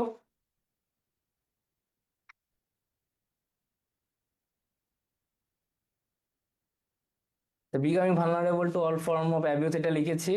Forcing two pay dowry, good. আমরা এটা লিখতে পারি যে ফোর্সিং টু পে ডাউরি, তাই না? ফোর্সিং টু পে ডাউরি একদম লিখেছে, খুব সুন্দর। Forcing two pay dowry. আচ্ছা, এই যে ছয়টা আমরা লিখলাম, অর্থাৎ পাঁচটা লিখলাম, এর ভিতর কোনোটাতে আমরা ইউজ করতে পারবো না, কোনো প্রোনাউন ইউজ করবো না। রাফিয়া রাইসুল কি প্রোনাউন ইউজ করছিলা, এবং কোনো প্রোনাউন ইউজ করা যাবে না, কোনো ফুল স্টপ ইউজ করবো না। এবং আমরা কি করব, এখানে যে ফর্মে থাকবে আমরা ওই ফর্মে ব্যবহার করার চেষ্টা করব। আচ্ছা, দেন আমরা একটু পরবর্তীটাতে একটু যাব। পরবর্তী কি কোশ্চেন অপেক্ষা করছে আমাদের জন্য, যে থার্ড যে সামারিটা আমাদের থাকবে, যে থার্ড যে প্যাসেজটা, এই থার্ড প্যাসেজটা আমাদের থাকবে কোথা থেকে? সামারির জন্য। এবং এই প্যাসেজটাও আমাদের থাকবে কোথায়? আমাদের টেক্সট বুক থেকে, তাই না? তো চেষ্টা করবো সামারি লেখার, আমি একটা স্যাম্পল এখানে দিয়েছি। তো সামারি লেখার ক্ষেত্রে সর্বপ্রথম যেটা করবা সেটা হচ্ছে পুরো প্যাসেজটা আসলে আগে পড়বা। কি করবা? পুরো প্যাসেজ, যদিও আমাদের সিন প্যাসেজ, তাও চেষ্টা করো পুরো প্যাসেজ পড়ার। এবং পুরো প্যাসেজ পড়ার পরে আমাদের যেটা আইডেন্টিফাই করতে হবে, এই প্যাসেজটার আসলে হিডেন মিনিংটা কি, এটার হিডেন মিনিংটা কি, অর্থাৎ আমাদের কি বুঝাইতে চাইছে এই প্যাসেজটা দ্বারা, এটা আসলে আমাদের মনে মনে একটু বুঝতে হবে। এবং আরেকটা বিষয় আমাদের লক্ষ্য রাখতে হবে, সেটা হচ্ছে এই প্যাসেজে কি কি বিষয় আসলে উল্লেখ করছে, কি কি বিষয় উল্লেখ করছে, আসলে কোন একটা বিষয়ের খারাপ দিক উল্লেখ করছে না ভালো দিক উল্লেখ করছে, এই বিষয়টা আসলে আমাদের একটু ব্রেইন স্টর্মিং করে বুঝতে হবে। দেন আমরা যেটা শুরু করবো, একটা সামারি লেখার ক্ষেত্রে, যে কোনো একটা সামারি লেখার ক্ষেত্রে প্রথম যে বাক্যটা, ঠিক আছে, যে প্রথম বাক্যটা, সে প্রথম বাক্যটাতে পুরো প্যাসেজের সামারিটা উল্লেখ করতে হবে। অর্থাৎ প্রথম বাক্যটাতে আসলে পুরো প্যাসেজটাতে আসলে কি সম্পর্কে বলা হয়েছে, কি কি বলা হয়েছে, এই বিষয়গুলো আসলে বলতে হবে। তার আমরা প্যাসেজটা পড়ি। প্রথমত, education is believe releases our potentials and our inner strengths, অর্থাৎ বিশ্বাস করা হয় যে শিক্ষা রিলিজেস, অর্থাৎ রিলিজ করে, কোনো কিছু আউটব্রেক করে, প্রকাশ্যে আনে, আওয়ার পটেনশিয়াল, যে আমাদের সম্ভাবনা, এবং আওয়ার ইনার স্ট্রেংথ, অর্থাৎ আমাদের ভিতরকার যে শক্তিগুলো, আমাদের যে সম্ভাবনাগুলো, সেগুলো কি করে, শিক্ষার দ্বারা বাইরে প্রকাশ পায়। এই ঘটনাটাই আসলে আমরা বিশ্বাস করে থাকি। It sharpens our intellect and develops our creativity. Sharpens মানে কি, কোনো কিছু ধারালো করা, তীক্ষ্ণ করা, অর্থাৎ ডেভেলপড করা। আওয়ার ইন্টেলেক্ট অর্থাৎ আমাদের জ্ঞান বা বুদ্ধি, অ্যান্ড ডেভেলপস আওয়ার ক্রিয়েটিভিটি অর্থাৎ আমাদের সৃজনশীলতা, সেই সৃজনশীলতাকে কি করে, শিক্ষা খুবই উন্নত করে, ক্রিয়েটিভ করে, ডেভেলপ করে, এনরিচড করতেছে। আচ্ছা, দেন পরবর্তী যে বিষয়টা সেটা হচ্ছে as we are taught to reason well and find solution to the problems of life, we become productive members of society. অর্থাৎ এই যে শিক্ষা, এই শিক্ষার দ্বারা যে কোনো একটা আর্গুমেন্টে, অর্থাৎ আমরা আসলে রিজন ওয়েল বলতে বোঝাচ্ছে আসলে আমরা খুবই রেশনাল, অর্থাৎ আমরা কোনো যুক্তি তর্ক করতে পারি, আমাদের আসলে যে বিবেক বোধটা আছে অন্যান্য প্রাণীদের যেটা নাই, যে as we taught to reason well and find solution to the problems of life, অর্থাৎ আমরা শিক্ষার মাধ্যমে আমাদের জীবনের যে দৈনন্দিন যে সমস্যাগুলো থাকে সেই সমস্যাগুলোর যে কোনো সমাধান আমরা পাইতে পারি of life, we become productive members of society. অর্থাৎ শিক্ষা অর্জনের পরে আমরা যে সমস্যাগুলো সমাধান যখন করতে পারবো তখন আমরা কি কি হব, আমরা সমাজে একটা প্রোডাক্টিভ পিপল হব, যে আমি নিজের সমস্যার সমাধান করতে পারছি তখন তখন আমি সমাজের সমস্যার সমাধান করতে পারবো, তাই না? তো এইভাবে শিক্ষার মাধ্যমে আসলে নিজের, তারপরে অন্যের, তারপরে সমাজের এই যে সমস্যার সমাধানগুলো যখন করতে পারবো তখনই আমরা হবো কি একটু কিছুটা প্রোডাক্টিভ হব। আচ্ছা, একজন বলছে this passage is based on the theme of, আসলে এইভাবে শুরু না করে একদম সরাসরি মূল প্যাসেজে চলে যাবা তোমরা। Then the education by definition is progressive and liberal. অর্থাৎ এডুকেশনটা মানে অর্থাৎ যে সংজ্ঞাগত ভাবে এডুকেশনটা হচ্ছে প্রোগ্রেসিভ, আসলে আমাদেরকে সামনের দিকে এগিয়ে নিয়ে যায়, এবং লিবারাল অর্থাৎ এটা একটা সমানুপাতিক, সকলকে সমান যে সুযোগগুলা দিচ্ছে। পরবর্তীতে বলছে যে teaching us to respect human diversity and cultural and religious differences. অর্থাৎ এই যে প্রগতিশীল শিক্ষা হচ্ছে কি সবসময় প্রগতিশীল শিক্ষা হচ্ছে সাম্যের কথা বলে, সেজন্য তুমি যে ধর্মেরই হও, যে কালচারালি হও বা যে গোত্রেরই হও না কেন, শিক্ষা আমাদেরকে এই সমতার কথা বলে অ্যান্ড রেসপেক্ট করতে বলে। অর্থাৎ আমাদের যে অ্যাজ এ হিউম্যান হিসেবে আমাদের মধ্যে যে ডাইভার্সিটি গুলো আছে, কেউ কালো, কেউ সাদা, কেউ শ্যামলা, তাই না, কেউ একদম ধবধবে সাদা, কেউ হালকা সাদা, কেউ হচ্ছে কি ফ্যার অ্যান্ড লাভলি মেখে সাদা হচ্ছে, তাই না? তো এই যে যেভাবেই সাদা হোক কালো হোক যেভাবেই হোক, আমরা যদি সঠিক শিক্ষাটা পাইতে পারি অ্যাজ এ হিউম্যান বিং হিসেবে তাদেরকে আমরা সম্মান করতে পারি।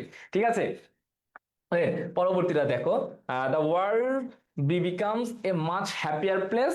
অর্থাৎ if all of us practice this values in life, অর্থাৎ আমাদের সকলকে সমানভাবে দেখা, সমান চোখে দেখার যে প্র্যাকটিসটা, সেই প্র্যাকটিসটা যদি আমাদের জীবনে করতে পারি তাহলে আমরা কি হবে, the world become a much happier, the world becomes a much happier place. অর্থাৎ সকলকে সমান চোখে দেখা, সকলকে সম্মান করা, সাদা ধলা এই জিনিসগুলো বাদ দিয়ে, কি ফ্যান এন্ড লাভলি বর্ণ বৈষম্য না করা।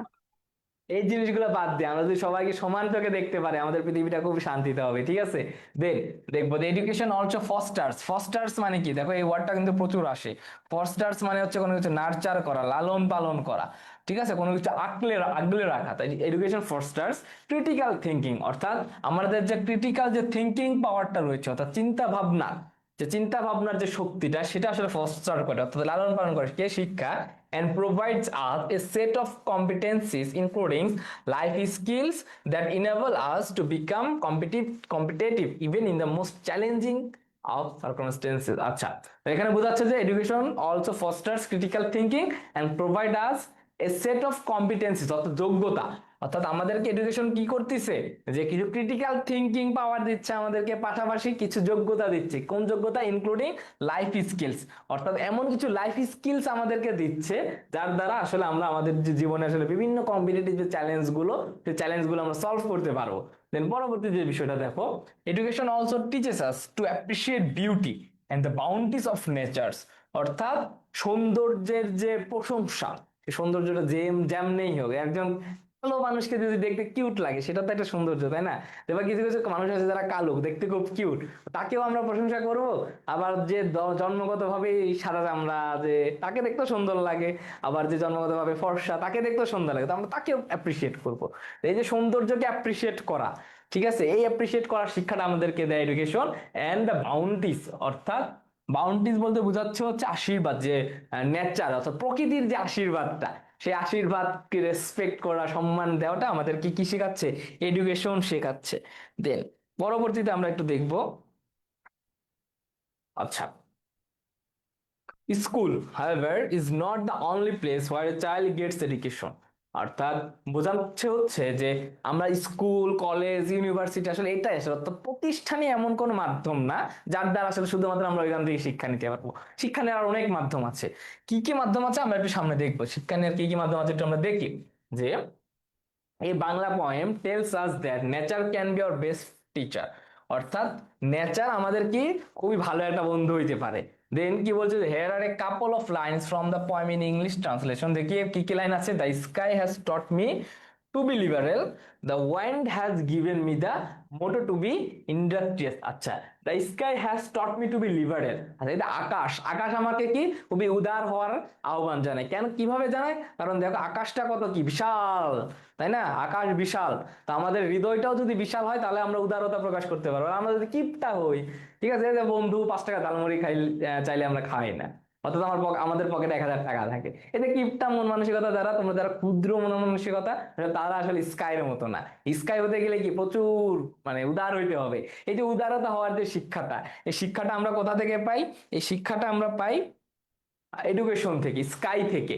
দেন the wind has given me to the motto to be industrial, অর্থাৎ যে বাতাস, সে বাতাস আমাকে কি পরিশ্রমী হওয়ার একটা মোটো দিচ্ছে। Then if we can make nature our best friend, philosopher and guide, we can learn lesson about life that combine with what our schools teach us and will prepare us for the future. অর্থাৎ আমরা school প্রতিষ্ঠান বা কলেজের বাইরেও যদি নেচারকে আমাদের best friend নিতে পারে, তাহলে নেচার আমাদেরকে এই বিষয়গুলো আমাদেরকে আসলে শিখাবে।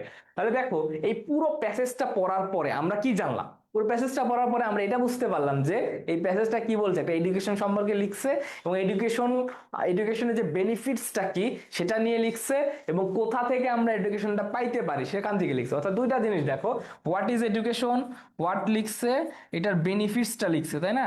এটা কি লিখছে? বেনিফিটসটা লিখছে।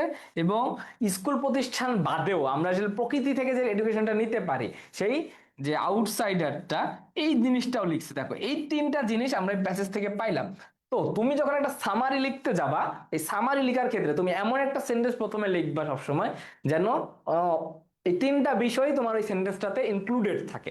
তাহলে টিচার পড়ে বুঝবে যে তুমি আসলে প্যাসেজটা পড়ে তার অন্তর্নিহিত অর্থ বুঝতে পারছো, এবং টিচার তোমাকে বেশি বেশি মার্কস দিবে। আচ্ছা, দেন দেখো আমরা এই সামারিটা একটা স্যাম্পল উদাহরণ একটা যদি আমরা দেখি, যে education with provision of knowledge and set of abilities enable us to live well, sharpens our intellect and develops our creative power. Moreover, it makes us respectful to human diversity and cultural religious differences. In the process of our education, we gain ability to think critically and also gain competences including life-oriented skill. As a result, we can face the most challenging situation in our life. Apart from school, nature can also teach us. Academic education focused with the lessons learned from nature can prepare us from the future. তাহলে দেখো এই যে 3টা যে বিষয়, যে এডুকেশনটা কি, এডুকেশনের বেনিফিটসটা কি, এডুকেশন আমরা কোন কোন সাইড থেকে পাচ্ছি, এই পুরো প্যাসেজে কিন্তু আমরা 3টা বিষয় খুবই ক্ষুদ্রতর সাথে আমরা লিখে দিয়েছি। তো তোমরা যখন প্যাসেজটা লিখবা এভাবেই, যে যতটা কনসাইজ করতে পারো, যতটা প্রিসাইজ করতে পারো, ঠিক আছে, ততটাই তোমরা লেখার চেষ্টা করবা। দেন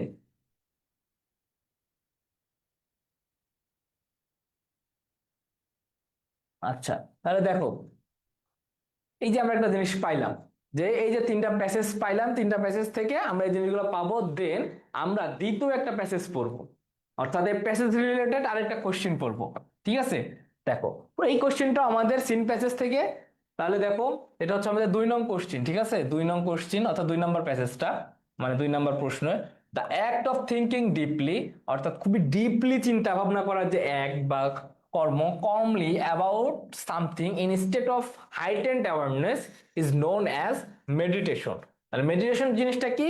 খুবই গভীরভাবে চিন্তা করা, খুবই সচেতনতার সাথে গভীরভাবে যে চিন্তা করার যে প্রক্রিয়াটা, ঠিক আছে, সেটাকে বলা হচ্ছে কি? মেডিটেশন। তোমরা কারা কারা মেডিটেশন করেছো একটু জানিও তো। Then it is an approach to train up the mind, অর্থাৎ মেডিটেশনটা হচ্ছে কি আমাদের মানসিকতাকে অ্যাপ্রোচ করা, মানসিকতাকে ট্রেন করার হচ্ছে একটা পদ্ধতি, একটা মেথড, ঠিক আছে? Similar to the way that fitness is an approach to training the body. অর্থাৎ এখানে মেডিটেশন এবং ফিটনেসের মধ্যে একটা পার্থক্য বুঝাইছে। অর্থাৎ আমরা যখন ব্যায়াম করি, এক্সারসাইজ করি, আমরা কি করি? এই বডি বিল্ড করতে চাই, তাই না?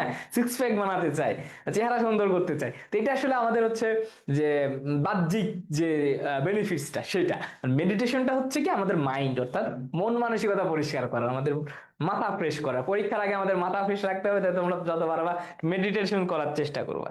দেন দেখো পরবর্তী বিষয়টা দেখো, আহ ভলতেয়ার, আমরা ভলতেয়ারের গল্প শুনেছি না অনেক, ভলতেয়ার, রুশো, আমরা তাদের গল্প অনেক শুনেছি। Voltaire explains meditation is the dissolution of thoughts, অর্থাৎ চিন্তার যে ডিসলিউশনটা বা প্রকাশ ইন ইটার্নাল অ্যাওয়ারনেস। ইটার্নাল মানে কি?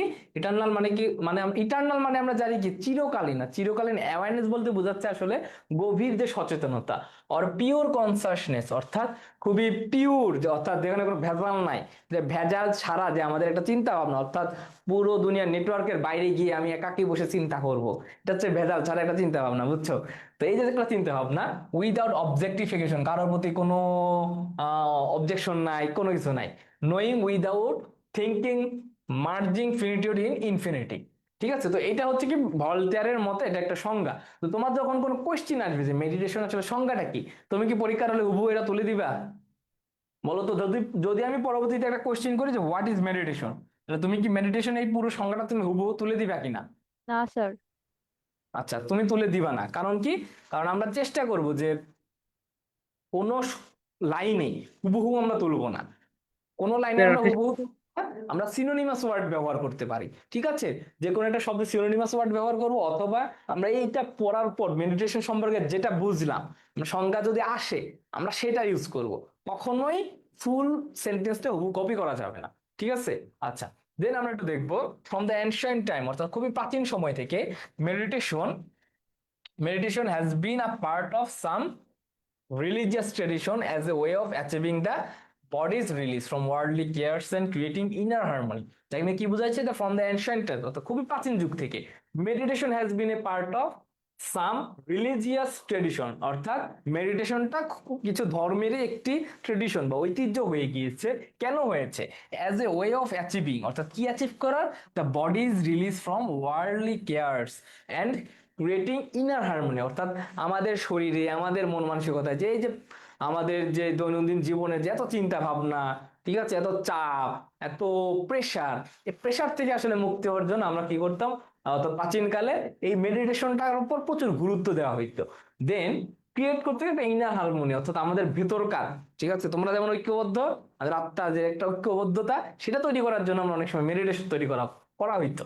দেন meditation in our time is practiced by people to reduce stress and tension and improve focus, অর্থাৎ আমাদের সময়টাতেও মেডিটেশনটা কেন করা হচ্ছে?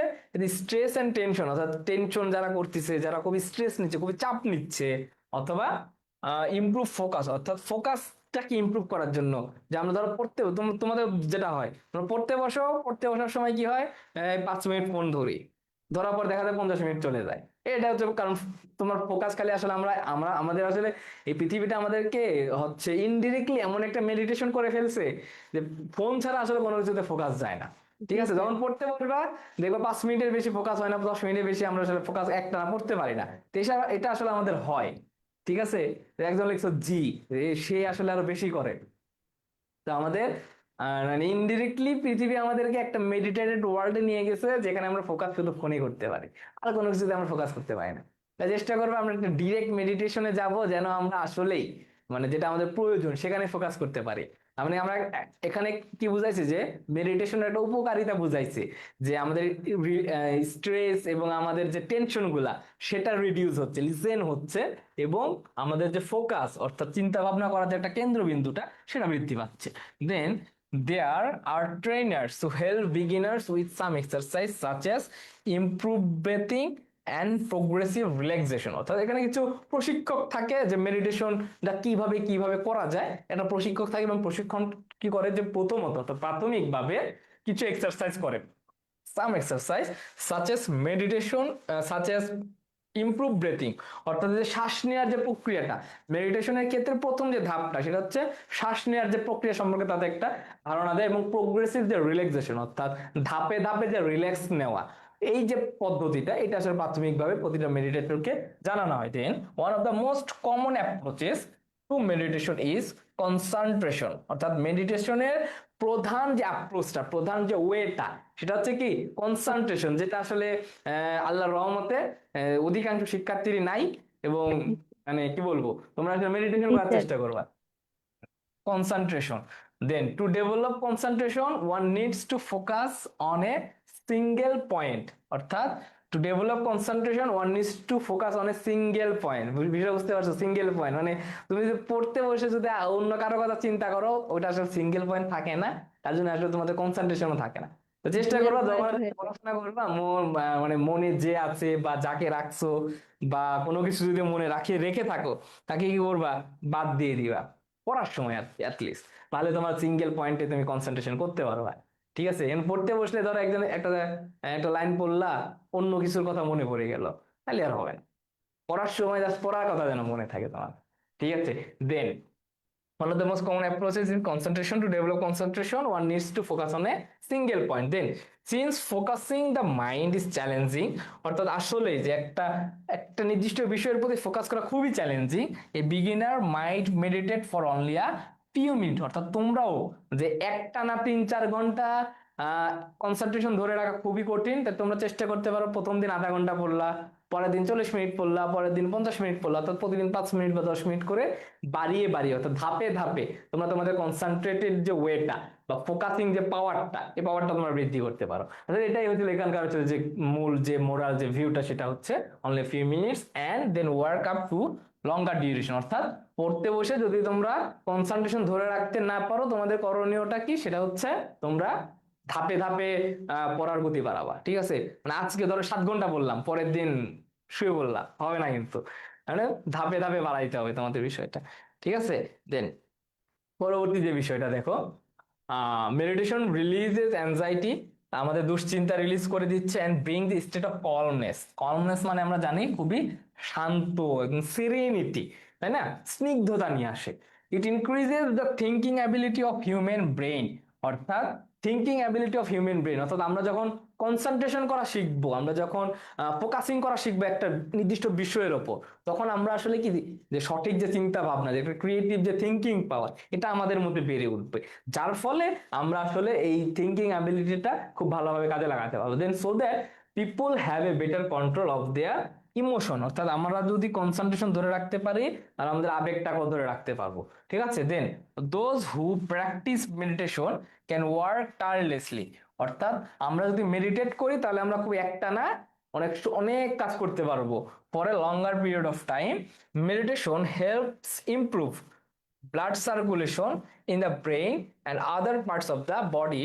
Finally, meditation improves creativity, self-awareness and tolerance. তাহলে দেখো, যেখানে আমরা কি কি জানতে পারলাম, যে এখানে আসলে মেডিটেশনের সংজ্ঞা নিয়ে কথা বলছে, এখানে মেডিটেশনের উপকারিতা নিয়ে কথা বলছে, এবং মেডিটেশনটা আসলে কি কি ওয়েতে আমরা করতে পারি, কিছু ওয়ে এখানে দেখাইছে, তাই না? তো এটা হচ্ছে পুরো প্যাসেজের একটা বিষয়। তাহলে এই প্যাসেজ থেকে আমরা কিছু একটু কোশ্চেন সলভ করার চেষ্টা করব। আচ্ছা, হাসিব আহমেদ জিজ্ঞেস করছো, ভাই সামারি আর থিমের মধ্যে পার্থক্য কি, দুইটাই কি প্রায় একই রকম কিনা? দেখো, সামারিটা হচ্ছে তো একটা টেক্সটের বিষয়। ঠিক আছে? যে তোমরা যখন সামারি লিখবা, এই সামারিটা হচ্ছে মানে একটা গল্পের সাথে রিলেট করে। ঠিক আছে? তোমার একটা প্যাসেজের সাথে রিলেট করে। আর যে থিম, এই যে থিমটা হচ্ছে কবিতার সাথে রিলেটেড। কার সাথে রিলেটেড? কবিতার সাথে। অর্থাৎ মানে খুবই সহজ কথায়, তুমি যখন একটা গল্প পড়তেছো, গল্পের যে মূল ভাবটা সেটা হচ্ছে সামারি, সহজ কথায়। আর যে কবিতার যে মূল ভাবটা, সেটাকে বলা হচ্ছে থিম। ঠিক আছে? তো তোমাদের আসলে থিম তো আসবে না, তোমাদের সামারি আসবে সবসময়। হাসিব আহমেদ, আশা করি বুঝতে পারছো। তো থিম নিয়ে চিন্তা ভাবনা করার দরকার নেই, তোমাদের সামারি আসবে, সামারি বলবো তোমরা। আমরা এই যে এতক্ষণ পড়লাম, তো এই পড়ার পরে আমরা একটা এমসিকিউ সলভ করবো। ঠিক আছে? যে মেডিটেশন মিনস, মেডিটেশন মানেটা কি, একজন বলো, কে আনমিউট হয়ে আসো। আচ্ছা, গ্রাফ চার্ট নিয়ে আমরা কালকের ক্লাসে কথা বলবো, আজকে আমরা রিটেন পার্ট বাদে। ঠিক আছে? আচ্ছা, আনমিউট হতে চাও কি, একজন হাত তুলো।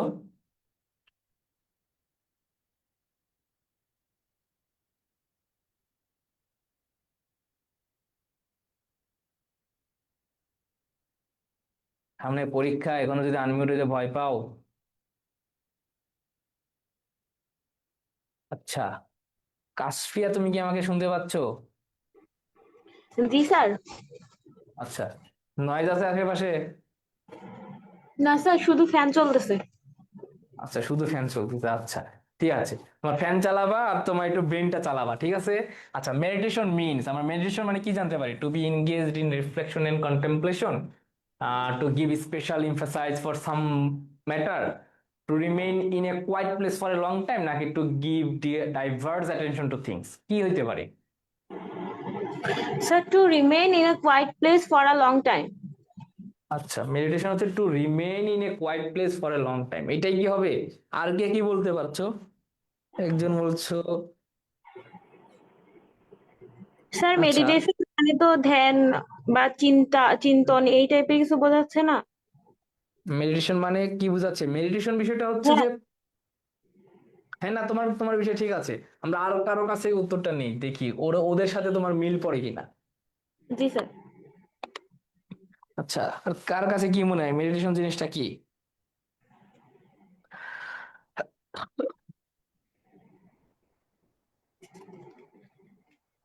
Two give diverse attention to things, আচ্ছা, to remain in a quiet place for a long time, to give special emphasize for things, না কি কি হইতে পারে?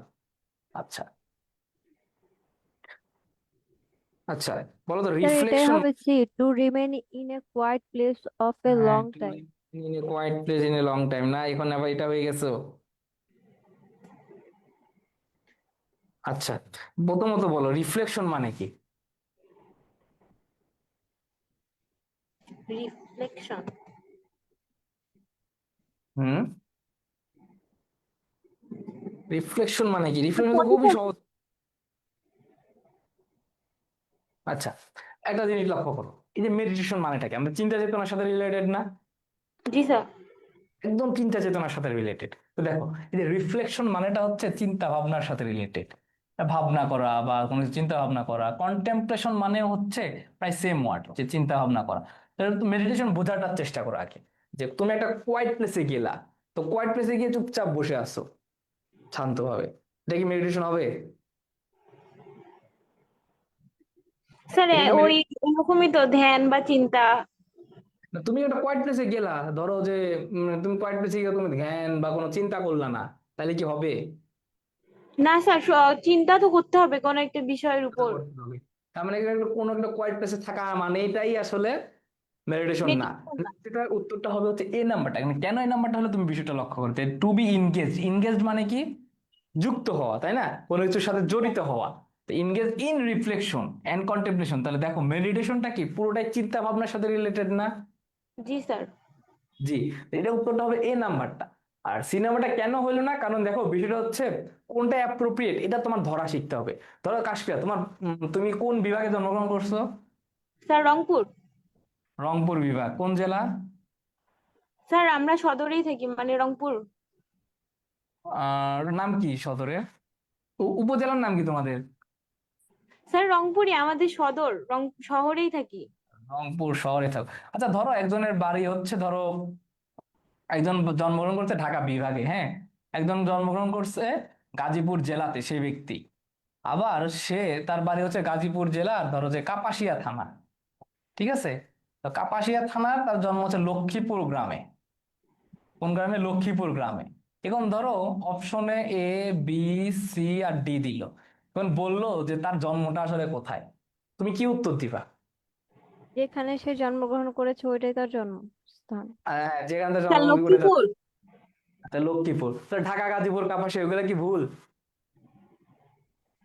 কারণ না ওইখানে স্যার তো ভুলটা না, জন্মগ্রহণ কিন্তু করেন। উনি একদম যেখানে জন্মগ্রহণ করছেন ওখানটাই বলতে হবে, হয়তো ঢাকাতে থাকে বা গাজীপুরে থাকে। গুড গুড, হ্যাঁ, তো এই বিষয়টা তোমাকে বোঝানোর চেষ্টা করতেছি এই কোশ্চেনটাতে। অর্থাৎ একটা কোশ্চেন আসলে ডাইভার্স উত্তর হইতে পারে, কোন উত্তরটা খুব গভীরে যাচ্ছে তোমার সেটা দেখতে হবে। দেখো, ওর জন্মগ্রহণ ঢাকায় করছে, এটাও ভুল তথ্য না, গাজীপুরে, কাপাসিয়া, লক্ষ্মীপুর কোনোটাই ভুল তথ্য না। বাট আমাকে সবচেয়ে গভীরে যেটা যাচ্ছে আমাকে সেটা পিক করতে হবে। ঠিক একইভাবে এই কোশ্চেনটা হচ্ছে ঠিক সেই রকম, যে কোন একটা প্লেসে থাকা মানেই আসলে মেডিটেশন না। আসলে এটা উত্তর হইতে পারতো, বাট তুমি যদি এই নাম্বারটা না থাকতো, কারণ মেডিটেশনের সবচেয়ে গভীরের ধাপ কোনটা? কোন স্থানে গিয়ে থাকা নাকি তারপরে গিয়ে চিন্তা ভাবনা করা? কোনটা? চিন্তা ভাবনা করা, তাই না? মানে আমাকে যেটা দূরে নিয়ে যাচ্ছে, যেটা খুবই নিকটে নিয়ে যাচ্ছে, ওইটা হচ্ছে আমার উত্তর ধরতে হবে, ঠিক আছে? এভাবে অ্যাপ্রোপ্রিয়েট অ্যান্সারটা পিক করার যে বিষয়টা সেটা তোমাকে বুঝতে হবে। তাই এটা উত্তরটা হবে হচ্ছে এ নাম্বারটা। অনেকে বলছো ডি নাম্বারটা, ডি নাম্বারটা কথা কেউ কেউ বলছো যে ডাইভার্স অ্যাটেনশন। আচ্ছা, আমরা দেখো প্যাসেজ পড়ার সময় একটা কথা বলছি না, সিঙ্গেল পয়েন্ট, একটা কথা তো মনে আছে তাই না? তো ডাইভার্স অ্যাটেনশন আর সিঙ্গেল পয়েন্ট কি এক হইলো? না, ডাইভার্স মানে কি? ডাইভার্স মানে বিভিন্ন। তো তুমি যদি বিভিন্ন প্রকার অ্যাটেনশন দাও তাহলে তো আর সেটা মেডিটেশন হচ্ছে না, তাই না? আমাকে জি সিঙ্গেল স্যার। পয়েন্টে অ্যাটেনশন দিতে হবে, কনসেন্ট্রেশন দিতে হবে, সেটা হচ্ছে মেডিটেশন। এজন্য আমি ডি নাম্বারটাও নিতে পারছি না। ঠিক আছে। আচ্ছা, আবার দেখো বি নাম্বারটা কেন হচ্ছে না, to give special emphasize for some matter. Some matter না, আমরা কি জানি সিঙ্গেল পয়েন্টের কথা শিখছি, তাই না? সিঙ্গেল পয়েন্ট, সাম ম্যাটার মানে অনেকগুলা পয়েন্ট। এর জন্য ডিবি কোনটা হচ্ছে না, সি তো ব্যাখ্যা করলাম, উত্তরটা হবে হচ্ছে কি এ এ নাম্বারটা। আচ্ছা, আশা করি বুঝতে পারছো। Then how can a person get control over five sense? অর্থাৎ আমাদের যে পঞ্চ ইন্দ্রিয়, এই পঞ্চ ইন্দ্রিয় বা মন মানসিকতা আমরা একটা পড়েছি, এটা আসলে কিসের মাধ্যমে আমরা এটাও করতে পারি? একদম বলছো কন্টেম্পলেশন, অর্থ জানতাম না তাই বলি নাই, না জানলে আর কি করার। স্যার ঈশা। প্র্যাকটিসিং রিল্যাক্সেশন হবে কি বি নাম্বারটা, সরি 2 নাম্বারটা। আচ্ছা, প্র্যাকটিসিং রিল্যাক্সেশন, গুড। আচ্ছা, দেখি আর কে কি বলছে। তোমরা সবাই কি ওর সাথে একমত? আচ্ছা, সবাই যেহেতু বলছো বি, তাহলে আমিও তোমাদের সাথে একমত পোষণ করলাম, সহমত ভাইয়ের মতো। এটা উত্তরটা হবে হচ্ছে বি, প্র্যাকটিসিং রিল্যাক্সেশন। দেখো, প্র্যাকটিসিং রিল্যাক্সেশন মানেই হচ্ছে মেডিটেশন। এবং আমরা প্যাসেজটাতে কিন্তু পড়েছি যে মেডিটেশনটা হচ্ছে কি কন্ট্রোল ওভার আওয়ার। আর দেখো এখানে একটা লাইন পড়েছিলাম যে যে have a better control of their emotion, তাই না? এটা কন্ট্রোল করা, যেটা সে কন্ট্রোল করাটা কিভাবে করতে পারে, আমরা যখন আসলে রিল্যাক্স করতে পারবো, নিজেকে মেডিটেট করতে পারবো, প্র্যাকটিসিং রিল্যাক্সেশন। আচ্ছা, বি নাম্বারটা গেল। সি নাম্বারটা, to improve concentration needs, one কি নিডস?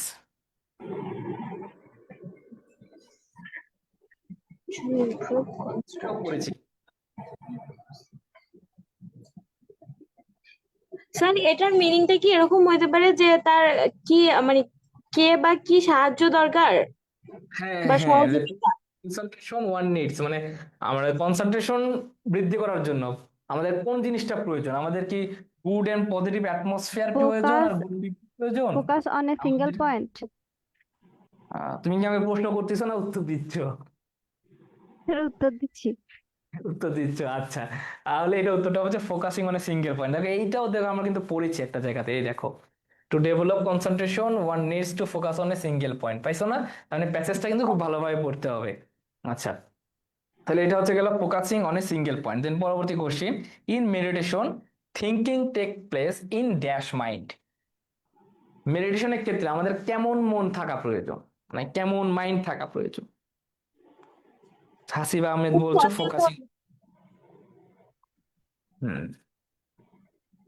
স্যার বি নাম্বারটা হবে কনসিয়াস। এই তুমি আবার আমাকে প্রশ্ন করছো কেন? তুমি, তোমার কাছে আমি উত্তর জানতে স্যার চাই বি তো। নাম্বারটা, বি নাম্বার। এই নাম্বারটা। আচ্ছা, দেখছি দুইজন আরো বিয়ে বলছো। আচ্ছা, আর এটা হচ্ছে উত্তরটা হবে বি নম্বরটা, কনসাস মাইন্ড। কারণ আমরা দেখো, আমরা কিন্তু প্রথম দিকে একটা লাইন পড়েছিলাম, তাই না? যে in state of heightened awareness. Heightened awareness মানে কি? খুবই গভীর যে সচেতনতা, তাই না? গভীর যে চিন্তা ভাবনা, এই চিন্তা ভাবনার ক্ষেত্রে আমরা এটা ইউজ করি, সেজন্য এটা উত্তরটা হবে কনসাস। সাবকনসাস মানে তোমরা জানো অবচেতন মন, আনকনসাস মানে অসতর্ক। সাইকোলজিক্যাল বিষয়টা আসলে এটার সাথে যাচ্ছে না টেক্সটের সাথে।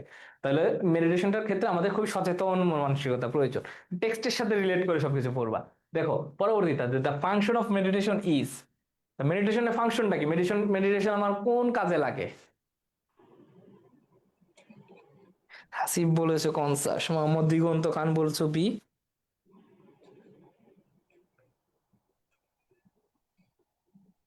Sir D number.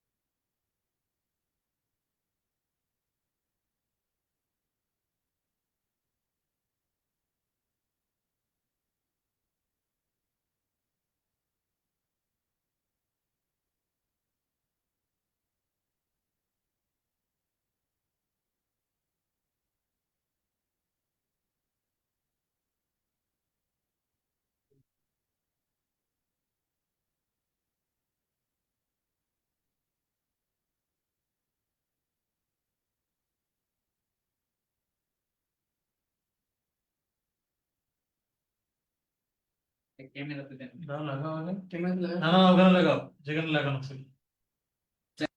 ওকে, সেবার কি শোনা যাচ্ছে কিনা একটু জানাবা।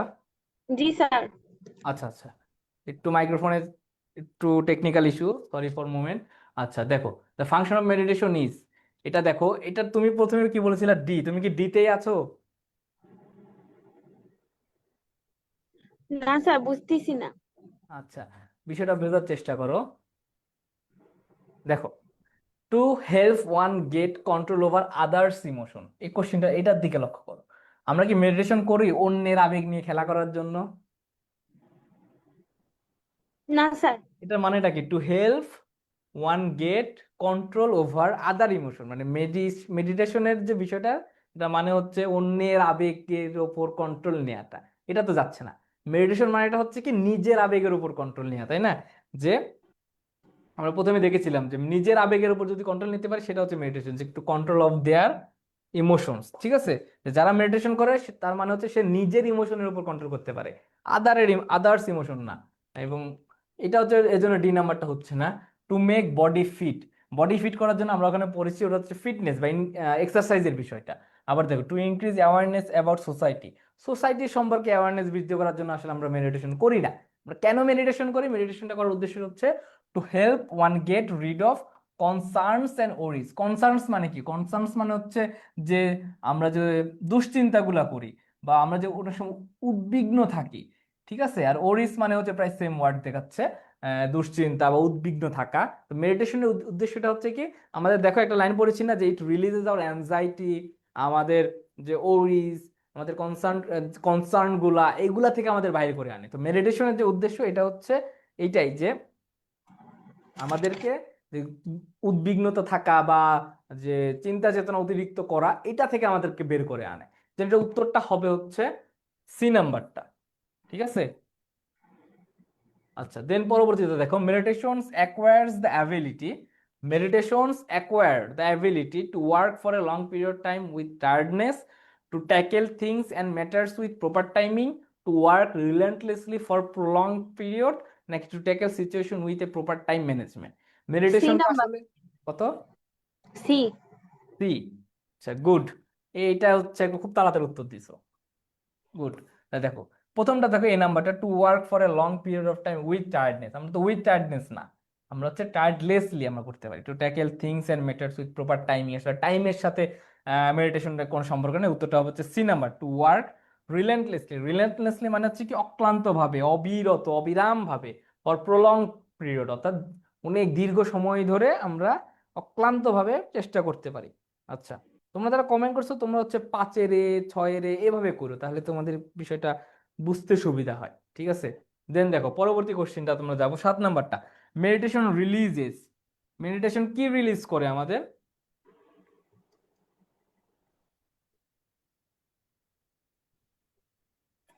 মেডিটেশন কি রিলিজ করে? দেখো, এনার্জি মানে কি? শক্তি। আবার দেখো, পাওয়ার মানে শক্তি, ক্ষমতা, তাই না? স্ট্যামিনাও প্রায় সেম ওয়ার্ড, শক্তি।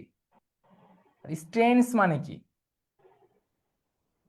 টেন্স মানে একটু চাপ, শৃঙ্খলতা, এই জিনিসগুলো হচ্ছে বোঝাচ্ছে, ঠিক আছে? এটা উত্তরটা হবে হচ্ছে কি ডি নাম্বারটা, 7এর ডি। তো মেডিটেশন রিলিজেস, রিলিজেস মানে কি? রিলিজেস মানে বাহির করে। কি বাহির করে? যে আমাদের ভিতরকার যে চাপ থাকে, অ্যাংজাইটি থাকে, যে ওয়ারিনেসটা থাকে, সেই জিনিসটা দুশ্চিন্তা। আমাদের ভিতর থেকে। এই জিনিসটার উত্তরটা হবে হচ্ছে স্ট্রেংথ, ঠিক আছে? Then পরবর্তী যে কোশ্চেনটা দেখবো 8 নাম্বারটা, which of the following words does not bear the similar meaning of eternal. অর্থাৎ দেখো এখানে এটা লক্ষ্য করো, ডাজ নট বিয়ার, তাই না? Does not bear the similar meaning, অর্থাৎ এখানে আমরা একটা অ্যান্টোনিম চাইছি, ইটার্নাল। ইটার্নালের মানেটা কি? Sir temporary. Temporary, good. Eternal মানে হচ্ছে আমরা জানি খুবই দীর্ঘ সময়, তাই না? দীর্ঘস্থায়ী, ইনফিনিট, এভারলাস্টিং, এন্ডলেস, এগুলো সব সিনোনিম আছে। উত্তরটা হবে সি নাম্বার, টেম্পোরারি। পরবর্তীটাতে দেখি 9 নাম্বারটা, what does the word merge refers to. Merge মানে কি? একত্রিত করা। হচ্ছে একত্রিত করা। আচ্ছা, একত্রিত করা অর্থে এখানে কোন ওয়ার্ডটা যাচ্ছে?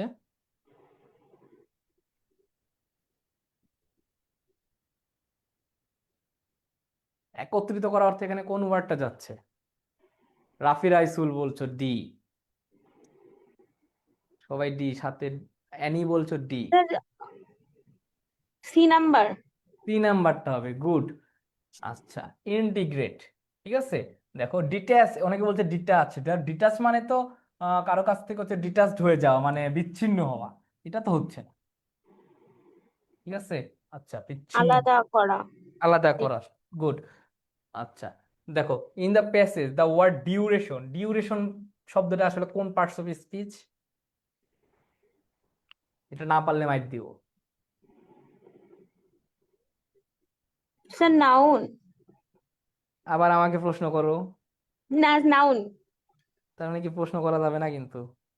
আচ্ছা, তাহলে ডিউরেশনটা হচ্ছে একটা নাউন, মানে লাস্টে টি আই ওয়েন থাকলে আমরা আসলে বুঝতে পারি এটা হচ্ছে একটা নাউন। তো এইভাবে আমরা আসলে প্যাসেজের অ্যান্সার গুলো করবো। এবং তোমার যে বিষয়টা আমি লক্ষ্য করলাম, তুমি কিন্তু প্যাসেজটার যে মানে কোশ্চেন করার ক্ষেত্রে না পড়ে উত্তর দিয়ে দাও, কয়েকটা জিনিস কিন্তু ভুল করছো। প্রতিটা ওয়ার্ড ধরে ধরে উত্তর করবা, ঠিক আছে। লাইক আগের যে কোশ্চেনটা যে আদার্স, এই জিনিসটা তুমি দেখো নাই একটা বারও, ঠিক আছে।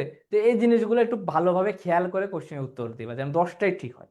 কারণ দেখো এই যে 10 মার্কস, ফ্লো চার্টের যে 5 marks, with clue without clue rearrange যে মার্কস গুলো, এগুলো কিন্তু একদম হাতের মার্কস, ঠিক আছে। এগুলা কোনোভাবে ছাড়া যাবে না, বুঝতে পারছো? তো এই কোশ্চেন গুলোর ক্ষেত্রে তুমি একটু খুবই সাবধানে, খুবই ভালোভাবে চিন্তা ভাবনা করে তারপর উত্তর দিবা।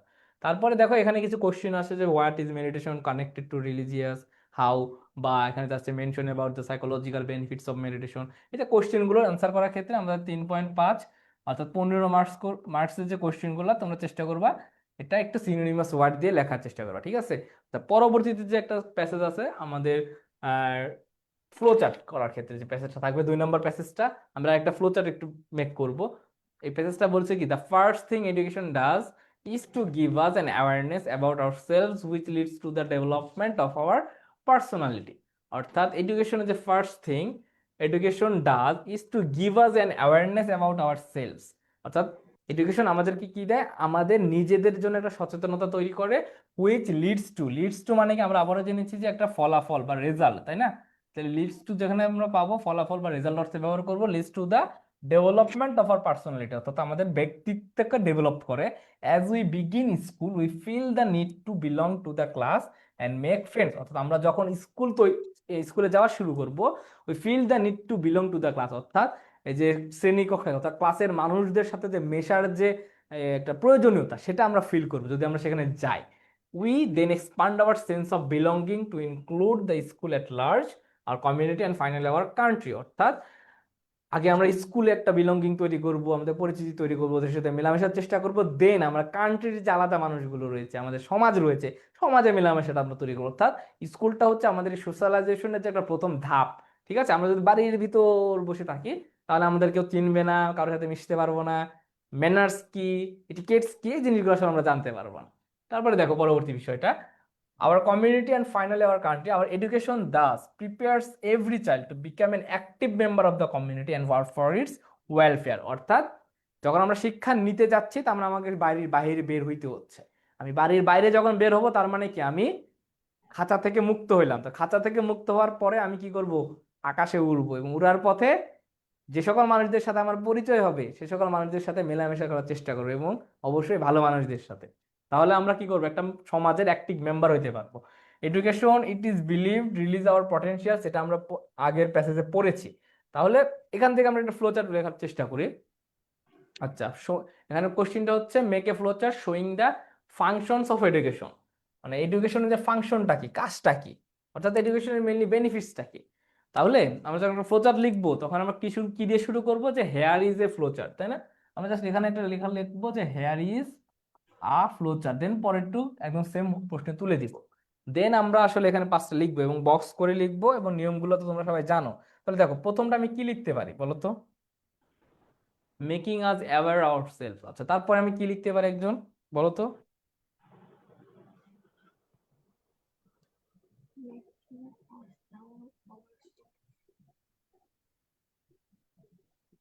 বা কেউ লিখেও দিতে পারো।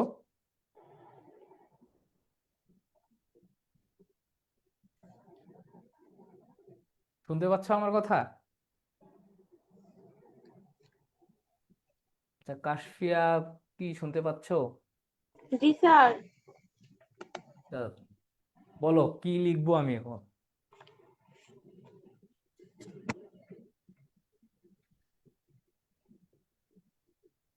Making us aware of ourselves, তারপরে আমরা কি লিখতে পারি? ডেভেলপিং আওয়ার পার্সোনালিটি লিখতে পারি না? তাহলে ডেভেলপিং আওয়ার পার্সোনালিটি, এটা হচ্ছে 2 নাম্বার ফাংশন। তৃতীয় যে কাজটা সেটা কি? জি স্যার। তৃতীয় কাজটা কি? তৃতীয় কাজ। আমরা লিখতে পারি expanding our sense of belonging, এটা লিখতে পারি না 3 নাম্বার? এটা লিখতে স্যার পারি। যদি বিলঙ্গিং টু থেকে শুরু করি, বিলঙ্গিং কোথায়? এখানে sir belonging to the class. Belonging to include the school at large. তুমি এই লাইনে কথা বলছো যে belonging to the class and make friends, এইটা?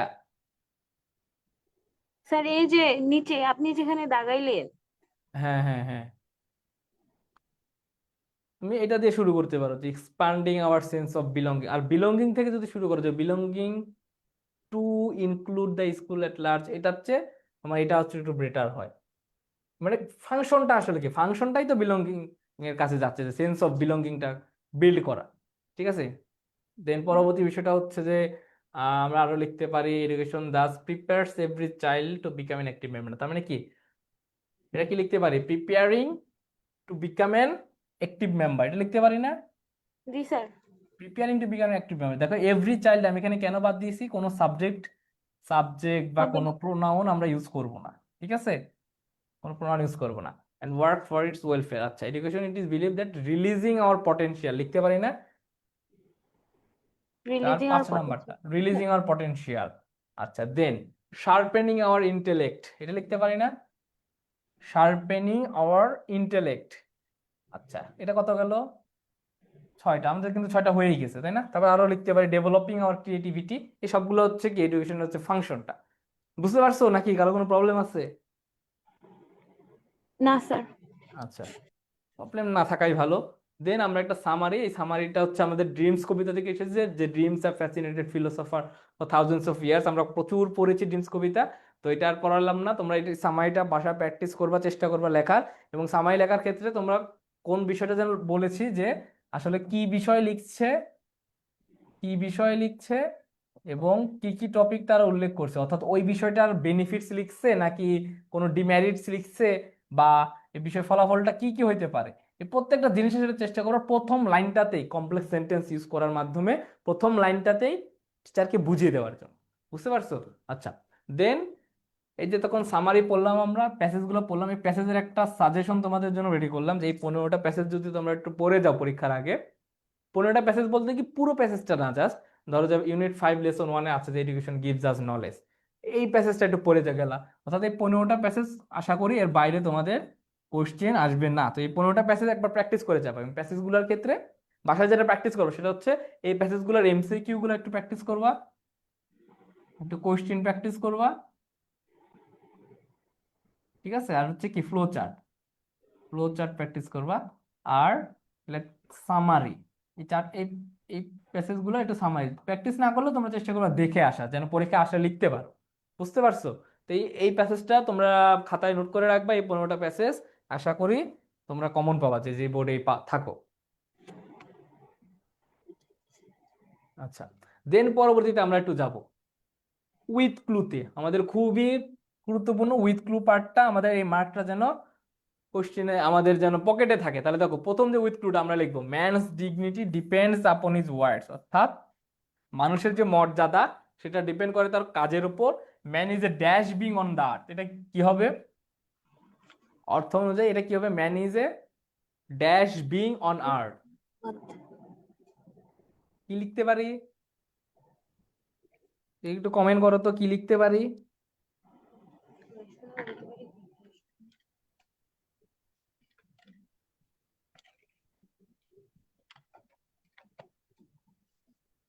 আচ্ছা, কাশফিয়া অনেকক্ষণ ধরে আছো, তোমাকে ধন্যবাদ।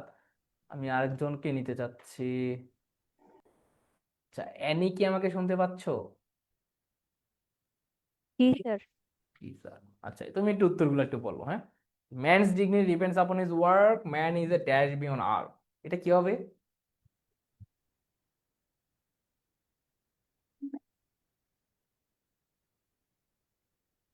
এটা কি হইতে পারে? Depend. Man is A depends being হয়। দেখো এটা বিষয় লক্ষ্য করবা যে বিংটা হচ্ছে একটা জিরান্ড এখানে, তাই না, বা একটা নাউন। ঠিক আছে, আর নাউনের পূর্বে যখন কোনো কিছু বসবে সেখানে হচ্ছে কি তোমার একটা অ্যাডজেক্টিভ লাগবে। এখানে একটা অ্যাপ্রোপ্রিয়েট অ্যাডজেক্টিভ ইউজ করো, তো ম্যান ইজ এ আমরা লিখতে পারি রেশনাল বিং। ঠিক আছে, রেশনাল মানে কি, যারা রেশনাল কাকে বলা হয়, যারা আসলে বিবেক দ্বারা বিভিন্ন যুক্তিযুক্ত তর্ক স্থাপন করতে পারে, তাদেরকে বলা হচ্ছে রেশনাল। যে man is a rational being on earth, he is to dash for others, he is to dash for Work. Others. আচ্ছা, টু এর পরে আমরা কয়েকটা জিনিস ইউজ করতে পারি। টু এর পরে আমরা নাউন ইউজ করতে পারি অথবা V1 ইউজ করতে পারি। এই কনসেপ্টটা মাথায় রেখেই লেখো তো কি হইতে পারে, he is to dash for Work. Is to work for other. Good, তাহলে বি নাম্বারটা আমরা পাইলাম। সি নাম্বারটা দেখো, হি শুড নট বি। দেখো বি এর পরে আমরা কয়েকটা জিনিস ইউজ করতে পারি। একটা হচ্ছে অ্যাডজেক্টিভ ইউজ করতে পারি, ঠিক আছে, সরি, একটা হচ্ছে অ্যাডজেক্টিভ ইউজ করতে পারি, আর একটা হচ্ছে বি এর পরে আমরা V3 ইউজ করতে পারি। এই দুইটা জিনিস মাথায় রেখে এটা উত্তর করো তো কি হইতে পারে। He should not be Proud. Dash, he should not be, Proud. Proud. Should not be proud, তাই না? Proud. আমরা সি নাম্বারটা পাইলাম। Good. Proud if he is of dash blood. দেখো ব্লাডটা হচ্ছে কি একটা Blood. নাউন, তাই না, এটা হচ্ছে একটা নাউন। তাহলে নাউনের পূর্বে আমরা কি ইউজ করব? Adjective. অ্যাডজেক্টিভ। এখানে কোন অ্যাডজেক্টিভটা ইউজ করতে পারি? দেখো তো এখানে কোন কোথায় অ্যাডজেক্টিভ Blue. আছে? Blue blood. Good. Blue blood মানে কি বলতে পারবা? স্যার ব্লু, আভিজাত। হ্যাঁ আভিজাত্য। গুড। বা একটু অহংকারী যারা তাদেরকে বলা হচ্ছে blue Blue blood. blood. Good. আচ্ছা, হি শুড বি ড্যাশ। দেখো বি থাকলে আবার একই জিনিস অ্যাডজেক্টিভ অথবা V3। He should B dash, এটা কি হবে? You should be ready. Ready. Good, he should be ready. আচ্ছা, এটা একটা অ্যাডজেক্টিভ, তাই না? আচ্ছা, then he should be ready to help any dash of man. তাহলে কি, Any class any of man. Class of man. Good. আচ্ছা, তাহলে কি এটা হবে এফ। আচ্ছা, গুড। দেন পরবর্তীতে আমরা যাব,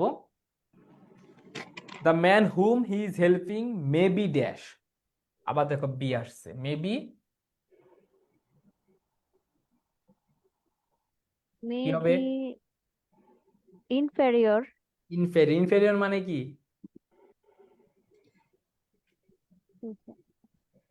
ইনফেরিয়র মানে কি?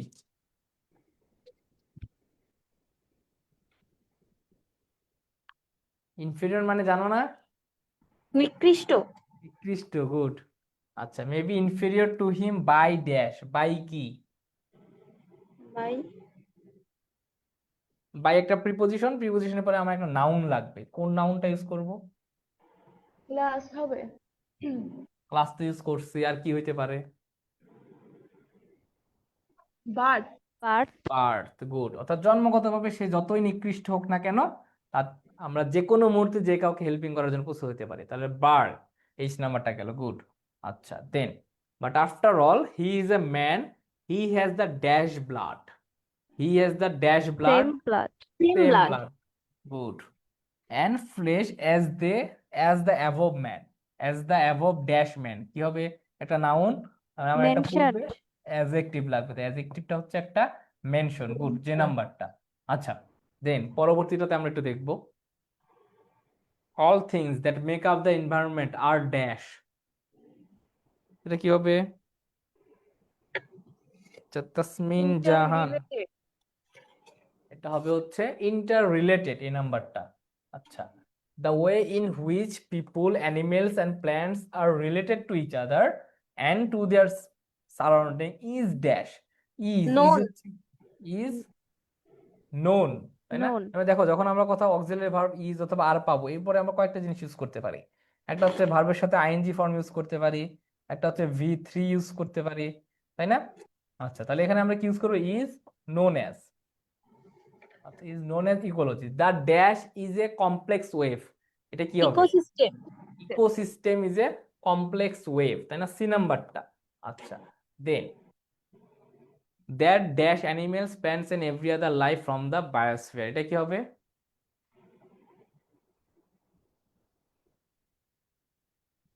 এটা কি হবে? লিঙ্কস।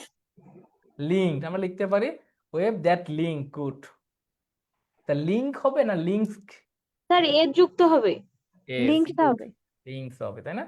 আচ্ছা, আচ্ছা দেন গেল, তার মানে কি এই যে এটা লিঙ্কস, ডি নাম্বারটা পাইলাম। দেন ই নাম্বারটা দেখো, every other life from the biosphere all this things dash together, hang together. Hang together, good, E নাম্বারটা। দেন দেখো, the system is in steady state of dynamic dash, balance. Dynamic balance, good, তাই না? F number হচ্ছে balance. আচ্ছা BLNC, balance, which means that by dash, by আছে preposition, তাহলে প্রিপোজিশনের পরে আমরা হয় নাউন ইউজ করব নয়তো verb plus altering. ING. Alter দিয়ে আইএনজি যুক্ত হবে, altering.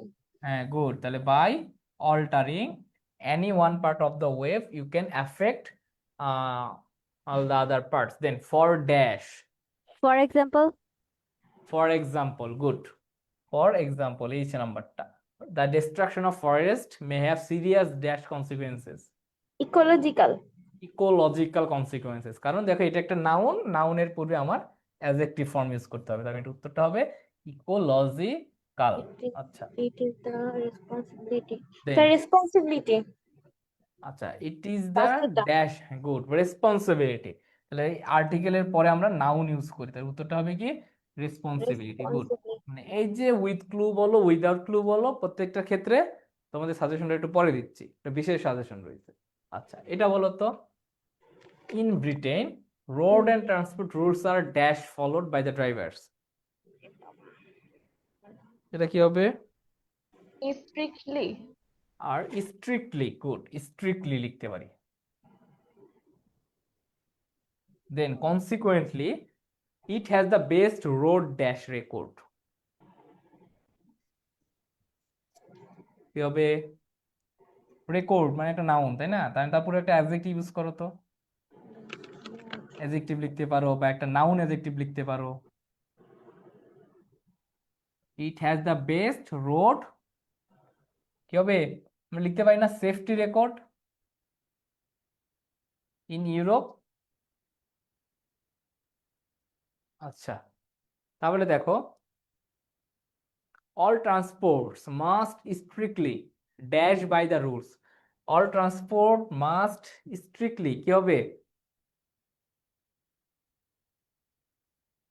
all transport must strictly follow, তাই না? ফলো না, অ্যাভয়েড লিখতে পারি আমরা, avoid, abide by the rules dash by the government, অর্থাৎ আমরা লিখতে পারি ইন্ট্রোডিউসড বাই দ্য গভর্নমেন্ট অথবা ক্রিয়েটেড বাই দ্য গভর্নমেন্ট, মানে ঠিক আছে, যে all transport must strictly avoid by, অর্থাৎ কোনো কিছু মেনে চলা অর্থে আমরা অ্যাভয়েড বাই ইউজ করি, and rules introduced by the government. Then coaches and minibuses dash carry children under 16 must be, এটা কি হবে? সিট, আচ্ছা কোচেস এন্ড মিনিবাসেস ড্যাশ, এটা কি ই নাম্বার কি বলছো? That, that, good, that carry children under 16 must be dash with seat belts, কি হবে? ফিটেড, স্টেড উইথ, আমরা লিখতে পারি ইকুইপড উইথ লিখতে পারি, ঠিক আছে, অ্যারেঞ্জড উইথ, ইকুইপড উইথ, ঠিক আছে। আচ্ছা then there are the law dash agencies, কি হবে? Enforcing, law enforcing agency, good, law sir enforcement হবে। এনফোর্সিং এজেন্সি লিখতে পারো, এনফোর্সমেন্টও লিখতে পারো, কোনো সমস্যা নেই। ল এনফোর্সমেন্ট এজেন্সি, আর ড্যাশ, আর কি? আর এরপরে আমরা হয় ভার্ব প্লাস আইএনজি লিখবো নয়তো অ্যালার্ট। অ্যালার্ট হবে। Alert, good, there are the law enforcement agencies are alert বা ভিজিলেন্ট, ঠিক আছে, good. Then so the buses and coaches have become the dash form of road, has become the best best form of communication. Road Form of communication, road transportation, যে কোনো কিছু লিখতে পারো, transportation, transport, হ্যাঁ good. আচ্ছা আমরা আরেকটা দেখি, সূত্রে প্র্যাকটিস করি last. when a girl married she usually drops out of school and brings full-time work in Loss House. In the Loss House he is marginalized, he dash vulnerable to all form of abuse, he she, এরপরে কি লিখতে পারবো? এই নাম্বারটা কি হবে? Is হবে। She is vulnerable to all form abuse, আমরা ইজ লিখতে পারি, আমরা শি বিকামস ভালনারেবল লিখতে পারি, লিখতে পারি না? তো all form of abuse dash dowry related violence কি হবে?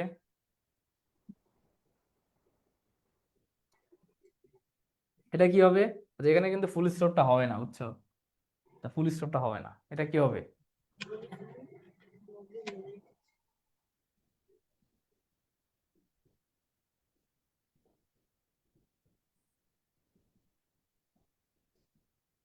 বলতে পারতেছো না? she becomes vulnerable to all form of abuse, আমরা লিখতে পারি ইনক্লুডিং ডাউরি রিলেটেড ভায়োলেন্স। এটা কিন্তু বইয়ের চ্যাপ্টার, এটা কিন্তু পারার কথা ছিল তাড়াতাড়ি। Including dowry related violence in Bangladesh it is still dash for a bride's family to pay dowry. এটা কিন্তু আমরা তো পড়েছি, এটা কি হতে পারে বলো? It is still dash for a bride's family, common. Common, good, it is still common, তাই না? Is still common for a bride's family to pay dowry dash the practice being illegal। এটা কি হবে? এখানে একটা কমা হবে, বুঝছো? ফুল স্টপ না,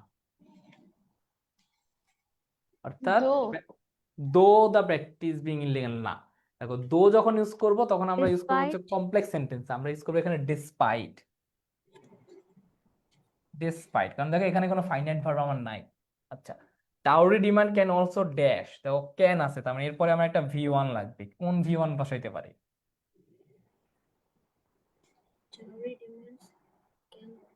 ক্লেম হুম, ক্লেম হবে। ক্যান অলসো কন্টিনিউ লিখতে পারো, কন্টিনিউ আফটার ওয়েডিং, তাই না? কন্টিনিউ লিখতে পারি আমরা, অর্থাৎ আফটার ওয়েডিং এর পরেও ডাউরি সিস্টেমটা আসলে চলতে পারে, এবং চলাচল করা অর্থে যে কোনো সিনোনিমাস অর্থ ইউজ করতে পারো।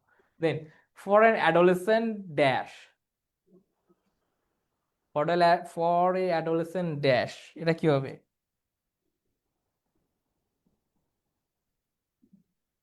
আমরা লিখতে পারি for an adolescent right. girl, bride, good, for an adolescent bride even if her in-laws are supportive their dash greater health risks, there are are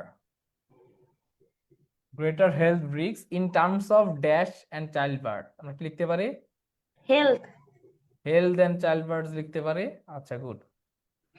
The majority of adolescent dash and their families are uninformed, the majority of adolescent and their families are uninformed or insufficiently dash about, এটা কি হবে?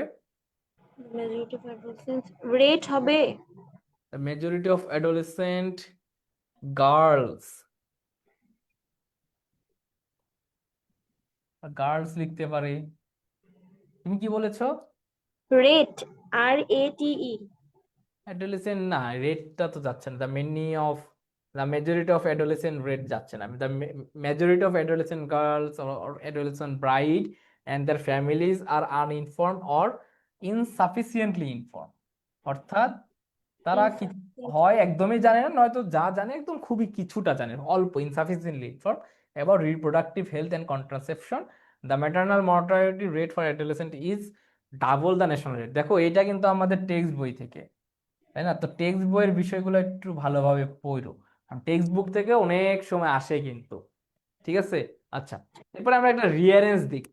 Rearrange করার ক্ষেত্রে আমরা যেটা করব সেটা হচ্ছে 10টা বক্স আঁকাবো, তাই না? এরকম করে আমরা পরীক্ষা হলে এরকম করে একটা বক্স আঁকাবো, তাই না? এইভাবে বক্স আঁকাবো, পরীক্ষার হলে এভাবে বক্স আঁকাবো, এবং বক্স আঁকায় প্রতিটা বক্সে ABCDC এরকম ভাবে 10টা লিখবো, লেখার পরে আমরা গল্পটা সাজাই দিব, ঠিক আছে? আচ্ছা, তো এই রিয়ারেঞ্জের এটার উত্তরটা একটু সাজায় দাও আমাকে, এটা কি হবে? এটা তো পড়ছো তো অবশ্যই, তাই না? সুলতানের কাহিনী পড়ো নাই? জি স্যার, জি, পড়েছি আমরা। আচ্ছা, তাহলে এইটার উত্তরটা কি হবে বলো? প্রথমে কোনটা যাবে? E, E, sir C number, C, long good. Ago. প্রথমটা যাবে হচ্ছে সি, সি। সি। আচ্ছা, পরেরটাতে long ago there lived a sultan in a country, আমাদের দেশেও সুলতানদের শাসন ব্যবস্থা ছিল, তাই না? আচ্ছা, তোমরা জিকে তো অনেকে পড়ছো। আচ্ছা, লং এগো দেয়ার এটাই লিভড এ হবে। সুলতান ইন এ কান্ট্রি, তারপরটা কি হবে? E, E, he wanted to appoint an honest man as his tax collector, তাই না? ট্যাক্স কালেক্টর হিসেবে সে একজনকে অ্যাপয়েন্টমেন্ট দিতে চাইছিল। কাকে দিতে চাইছিল? খুব সৎ মানুষকে, আমাদের হাসিনার ওই পিয়নের মতো না যে 400 কোটি টাকার মালিক, বুঝছো? যে খুব সৎ একটা মানুষকে দিতে চাইছিল যে একটা ট্যাক্স কালেক্টর হবে। পরবর্তীটা তো কি হবে বলো? ই নাম্বারটা আমরা গেলাম, তারপরে H eight, so he asked for the wise councillor advice, অর্থাৎ যারা খুবই জ্ঞানী উপদেষ্টা ছিল তাদের উপদেশের জন্য সে ডেকেছিল তাদেরকে। তাহলে এটার উত্তরটা হবে এইচ নাম্বার। আচ্ছা, দেন পরবর্তীটা কি হবে? এ এ নাম্বারটা, তার মানে কি দেন ইনভাইটেড অ্যাপ্লিকেশনস, অর্থাৎ আবেদন ইনভাইট করছিল সে। এ নাম্বারটা আমরা দিলাম। তারপরে F if A number of people applied for the job, আচ্ছা সে কাজের জন্য অনেক মানুষ অ্যাপ্লাই করছে। তারপরটা কি হয়েছে? B B, the applicants were asked to meet the sultans one by one, তার মানে এটার উত্তরটা হবে কি বি। আচ্ছা, দেন ডি জে জে, আচ্ছা they came through a passage where gold coins were kept, মানে তারা একটা রাস্তা দিয়ে আসছিল যেখানে অনেক গোল্ড কয়েন ছিল, তাই না? মানে যে নাম্বারটা গেল। তারপরে কি আর কি বাদ রইলো? I I number, when they all arrived the sultan urged them to dance, তো তারা তারপর আসার ডি পরে তাকে ড্যান্স করার জন্য বলছে। তারপরে কি হবে? ডি না ডি, জি জি দেন হি হবে ফাউন্ড দ্য ডিজায়ার্ড ম্যান, আচ্ছা ডিজায়ার্ড ম্যানকে পাইলো। তারপরে কি হবে? স্যার জি হবে আচ্ছা, স্যার। জি হবে, তারপর ডি হবে। প্রথমে জি, তারপরে ডি ডি, গুড। মানে all the applicants blushed and refused except one, অর্থাৎ অনেকে লজ্জা পাইছিল, নাচতে পারে নাই, এবং একজন শুধু বেছে নিয়েছিল, তাই না? দেন এটা কি হইলো? He found the desirement. মানে এই গল্পটা আমরা যখন এখন প্র্যাকটিস গুলা করবো, ঠিক আছে, মানে পরীক্ষার হলে যাওয়ার আগে তোমরা যে প্র্যাকটিসটা করবা এই রিয়ারেঞ্জের ক্ষেত্রে, তোমাদের একটা বুদ্ধি দিয়ে, সেটা হচ্ছে কোশ্চিন এখন সলভ না করতে গিয়ে তোমরা চেষ্টা করবে যে তোমরা যে গাইড ফলো করো বা যে বই ফলো করো, ফলো ওই বইগুলো যে উত্তরপত্র আছে না অ্যান্সার শিটে, এই উত্তরপত্রে গিয়ে উত্তরগুলা গল্প আকারে পড়বা, ঠিক আছে? উত্তরপত্রের উত্তরগুলো গল্প আকারে পড়ে যাবা। মানে একটা একটা করে এখন যদি প্র্যাকটিস করতে যাও তোমার কিন্তু অনেক সময় লাগবে। তো 4-5টা প্র্যাকটিস করার পর বাকিগুলো গল্প আকারে পড়ে যাবা, যে গল্পের থিমটা কি। তুমি যদি গল্পের থিমটা ধরতে পারো তাহলে তোমার এটা কিন্তু খুব ইজি হবে, ঠিক আছে? আর এটা কিন্তু খুব সহজ একটা টপিক। আচ্ছা, দেন আরেকটা আমরা একটা লাস্ট একটা দেখি, দ্য ইম্পেরিয়রের যে গল্পটা, ঠিক আছে? এখানে কি হবে প্রথমটা? একটু পড়ে দেখো তো প্রথমটা কি লিখতে পারে।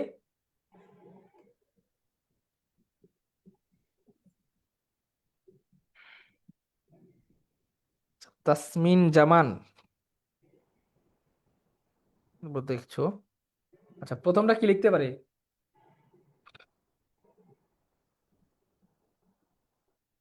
আমিরা বলছো ডি। আচ্ছা, আমরা আমিরাকে একটু আনমিউট করি, কাশফিয়াকে এবং অ্যানিকে ধন্যবাদ। আচ্ছা, আমিরা কি শুনতে পাচ্ছ?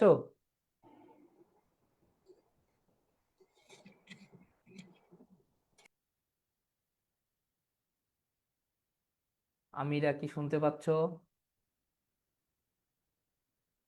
আসসালামু আলাইকুম স্যার। ওয়ালাইকুম সালাম। আচ্ছা, প্রথমটা এখানে কি হবে? D sir. ডি, আচ্ছা। অ্যান ইম্পেরর, অর্থাৎ একদম রাজা, was once inform that the people in one his provinces, অর্থাৎ তার রাজ্যে হ্যাড রিভোল্টেড, অর্থাৎ একটা রাজা একসময় জানতে পেরেছিল যে তার রাজ্যে একটা লোক বিদ্রোহ করছে, ঠিক আছে? আচ্ছা, পরবর্তী যেটা সেটা কি হবে?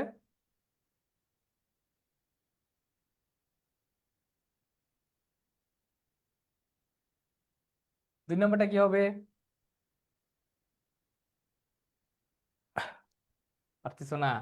আচ্ছা, দুই নম্বরটা না হচ্ছে স্যার। জি, hearing this he called his generals, অর্থাৎ রাজা এটা জানার পর তার সৈনিক টৈনিক সবাইকে ডাক দিচ্ছে, এই কি হয়ে গেল আমাদের এলাকায়, and said we all destroyed our enemies, we will destroy all our enemies, অর্থাৎ রাজার রাজ্যে একজন আক্রমণ করছে। রাজা তখন তার কি করছে, জেনারেলসদেরকে, তাদের সৈনিকদেরকে আদেশ দিয়েছে সবাইকে একদম ধ্বংস করে দাও, মেরে দাও। তার মানে জি নাম্বারটা গেল। তারপর জি এর পরে কি হবে বলতে পারবা? সি নাম্বারটা হবে C when number, they reached good. the When they reached the province, all rebels surrendered and begged to be pardoned, অর্থাৎ যখন এই রাজার সৈনিকেরা প্রদেশে গেল তখন যারা বিদ্রোহী করেছিল তারা সারেন্ডার করলো এবং নিঃশর্ত ক্ষমা প্রার্থনা করলো। উত্তরটা হবে সি। আচ্ছা, তারপরেরটা কি যাবে? The generals thought that the emperor, E The number, generals thought that the emperor would kill all the rebels, অর্থাৎ সৈনিক প্রথমে ভাবছিল যে তার যে রাজা, সে রাজা সবাইকে মেরে ফেলবে। তাহলে আমরা ডি নাম্বারটা গেল। আচ্ছা, but they sorry, were surprised to see that the emperor began, B number. B number, good. But they were surprise to see that the empire began to treat the rebels as friend, অর্থাৎ সবাই বিদ্রোহী করছে, আমি খুব স্বাভাবিকভাবে আমার ফাঁসি হবে, আমাকে মেরে ফেলবে, কিন্তু উল্টা রাজা কি করলো, তাদেরকে খুবই বন্ধুত্বের সাথে গ্রহণ করলো। এটা দেখার পর তারা খুব সারপ্রাইজ হয়ে গেছে, এ আবার কি বিষয়। আচ্ছা, বি গেল, তারপরেরটা কি হবে?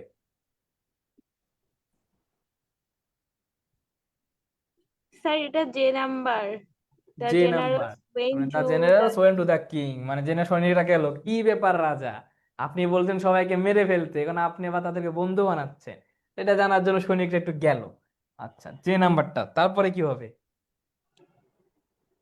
they asked him, F number. X number, they asked him, অর্থাৎ সৈনিকরা বলল ইওর ম্যাজেস্টি, যে why are you not keeping your promise, অর্থাৎ আপনি যে তাদের সবাইকে একদম মেরে ফেলার প্রতিজ্ঞা করছিলেন, সেটা আপনি কেন মানতেছেন না? আচ্ছা, তার মানে রাজাকে প্রশ্ন করলো সৈনিকরা, প্রশ্ন করার পর রাজা কি করলো? এইচ হবে। The emperor I number. I number, and they reminded him that it was to destroy the enemies without showing any forgiveness. আচ্ছা, অর্থাৎ ওই সৈনিকরা তার রাজাকে আবার মনে করাই দিল যে তার প্রতিজ্ঞা ছিল কি করার, যে সবাইকে মেরে ফেলার, উইদাউট শোয়িং এনি ফরগিভনেস, অর্থাৎ তাদেরকে ক্ষমা না করে একদম মেরে ফেলার। আচ্ছা, আই নাম্বারটা গেল, পরবর্তীটা কি হবে? So প্রথমটা হবে the emperor smiled and said, আচ্ছা, A number. এই নাম্বারটা তো এমপিরা বললো কোনো ব্যাপার না, আমার সবকিছু মনে আছে। তারপরে কি? তারপর H number. আচ্ছা, তারপরে এস নাম্বার, মানে I mean to kill all my enemies not friends and the rebels have become my friends, অর্থাৎ সে বললো আমি আমার শত্রুদেরকে মারতে চেয়েছি, বাট আমার বন্ধুদেরকে না, বিষয় হচ্ছে এরকম। আচ্ছা, তাহলে আমরা লাস্টেরটা পাচ্ছি হচ্ছে এইচ নাম্বারটা, এটা হচ্ছে রিঅ্যারেঞ্জের বিষয়টা গেল। আচ্ছা, এবং এই যে উইথ ক্লু উইদাউট ক্লু আর রিঅ্যারেঞ্জের যে আমার যে সাজেশন আমার পক্ষ থেকে, সেটা হচ্ছে তোমরা এই মুহূর্তে এইগুলার বোর্ড প্রশ্ন সলভ করে দেবা, এছাড়া আসলে কোনো সাজেশন এগুলার দেয়া নাই। ঠিক আছে, মানে আমি তোমাকে বাছাই করে কোনো কিছু দিব, কমন বলবে না, এটা বিষয় না, তোমরা চেষ্টা করবা বোর্ড প্রশ্ন সলভ করে যাও। এবং তুমি যদি ধরো ধরো তুমি ঢাকা বোর্ডে আসো, তাহলে ঢাকা বোর্ডের তো আসলে 24 সালে কোনো কিছু সলভ করার কোনো প্রয়োজন নেই, কারণ ওটা স্বাভাবিকভাবে আসবে না। তুমি যেই বোর্ডে আছো ওই বোর্ডের আগের গুলো সলভ করে যাবা, বুঝতে পারছো? বোর্ড কোশ্চেন তো খুব বেশি নেই, 8টা বোর্ড আছে, তুমি যদি বিগত পরীক্ষার আগে 5 বছরের গুলো সলভ করতে পারো, তাহলে আশা করি তোমাদের কমপ্লিট হবে। আর উইথ ক্লু আর উইদাউট ক্লু খাতায় লিখে প্র্যাকটিস করতে পারো। আর রিঅ্যারেঞ্জের ক্ষেত্রে তোমরা চেষ্টা করবা উত্তর পড়ার, তাহলে উত্তর পড়ার ক্ষেত্রে উত্তর পড়ার সময় দেখবা গল্পটা মাথায় গেঁথে যাবে, তখন পরীক্ষায় আসলে তুমি গল্পটা লিখতে পারবা সাজায়। বুঝতে পারছো আমার কথা রিঅ্যারেঞ্জের বিষয়ে? মানে এখন সময় নষ্ট করা যাবে না, যতটা পারো সময় শর্ট করার চেষ্টা করবা। আর প্যাসেজের যে যে কটা প্যাসেজ তোমাদেরকে দিলাম, ওই প্যাসেজগুলার কোশ্চিন যেখান থেকে পাও প্র্যাকটিস করবা, সামারি লিখবা, ঠিক আছে? ফ্লো চার্ট চেষ্টা করবা বানাইতে, বুঝতে পারছো? স্যার আচ্ছা, প্যাসেজের ওই লিস্টটা আরেকবার একটু বের করবেন? আচ্ছা, তোমাদেরকে পিডিএফ তো দিয়ে দেওয়া হবে, তারপরও যেহেতু বললাম আমি প্যাসেজের লিস্টটা আরেকবার বের করছি, তোমাদের ক্লাসের পিডিএফ দিয়ে দেওয়া হবে, সমস্যা নেই। এটা হচ্ছে প্যাসেজের সেই লিস্টটা, মানে এগুলো হচ্ছে মোস্ট ইম্পর্টেন্ট, সবচেয়ে বেশি আশা কোশ্চিন গুলো এখান থেকে, ঠিক আছে? তো আসলে আশা করি এর ভিতর থেকে তোমরা কমন পাবা। আর এই থ্যাংক ইউ। প্যাসেজের এমসিকিউ কোশ্চিন, ফ্লোচার্ট আর সামারি গুলো প্র্যাকটিস করবা, ঠিক আছে? অর্থাৎ তোমাদের 3টা প্যাসেজ আসবে, আশা করি এর ভিতরে পাবা তোমরা। আচ্ছা, তাহলে আমরা আজকের মতো এখানে বিদায় নিচ্ছি। তোমাদের পরীক্ষার প্রস্তুতি খুব ভালোভাবে নেও, সময় নষ্ট করো না একদমই, সময় বেশি নাই, খুবই টেকনিক্যালি এই সময়টাকে একটু হ্যান্ডেল করার চেষ্টা করো, বুঝতে পারছো? তোমাদের সবার জন্য দোয়া রইলো, শুভকামনা রইলো। স্যার আসসালামু কালকে আবার আলাইকুম। ক্লাস হবে? হ্যাঁ, কালকে ক্লাস হবে, তোমাদেরকে জানাই দেওয়া হবে।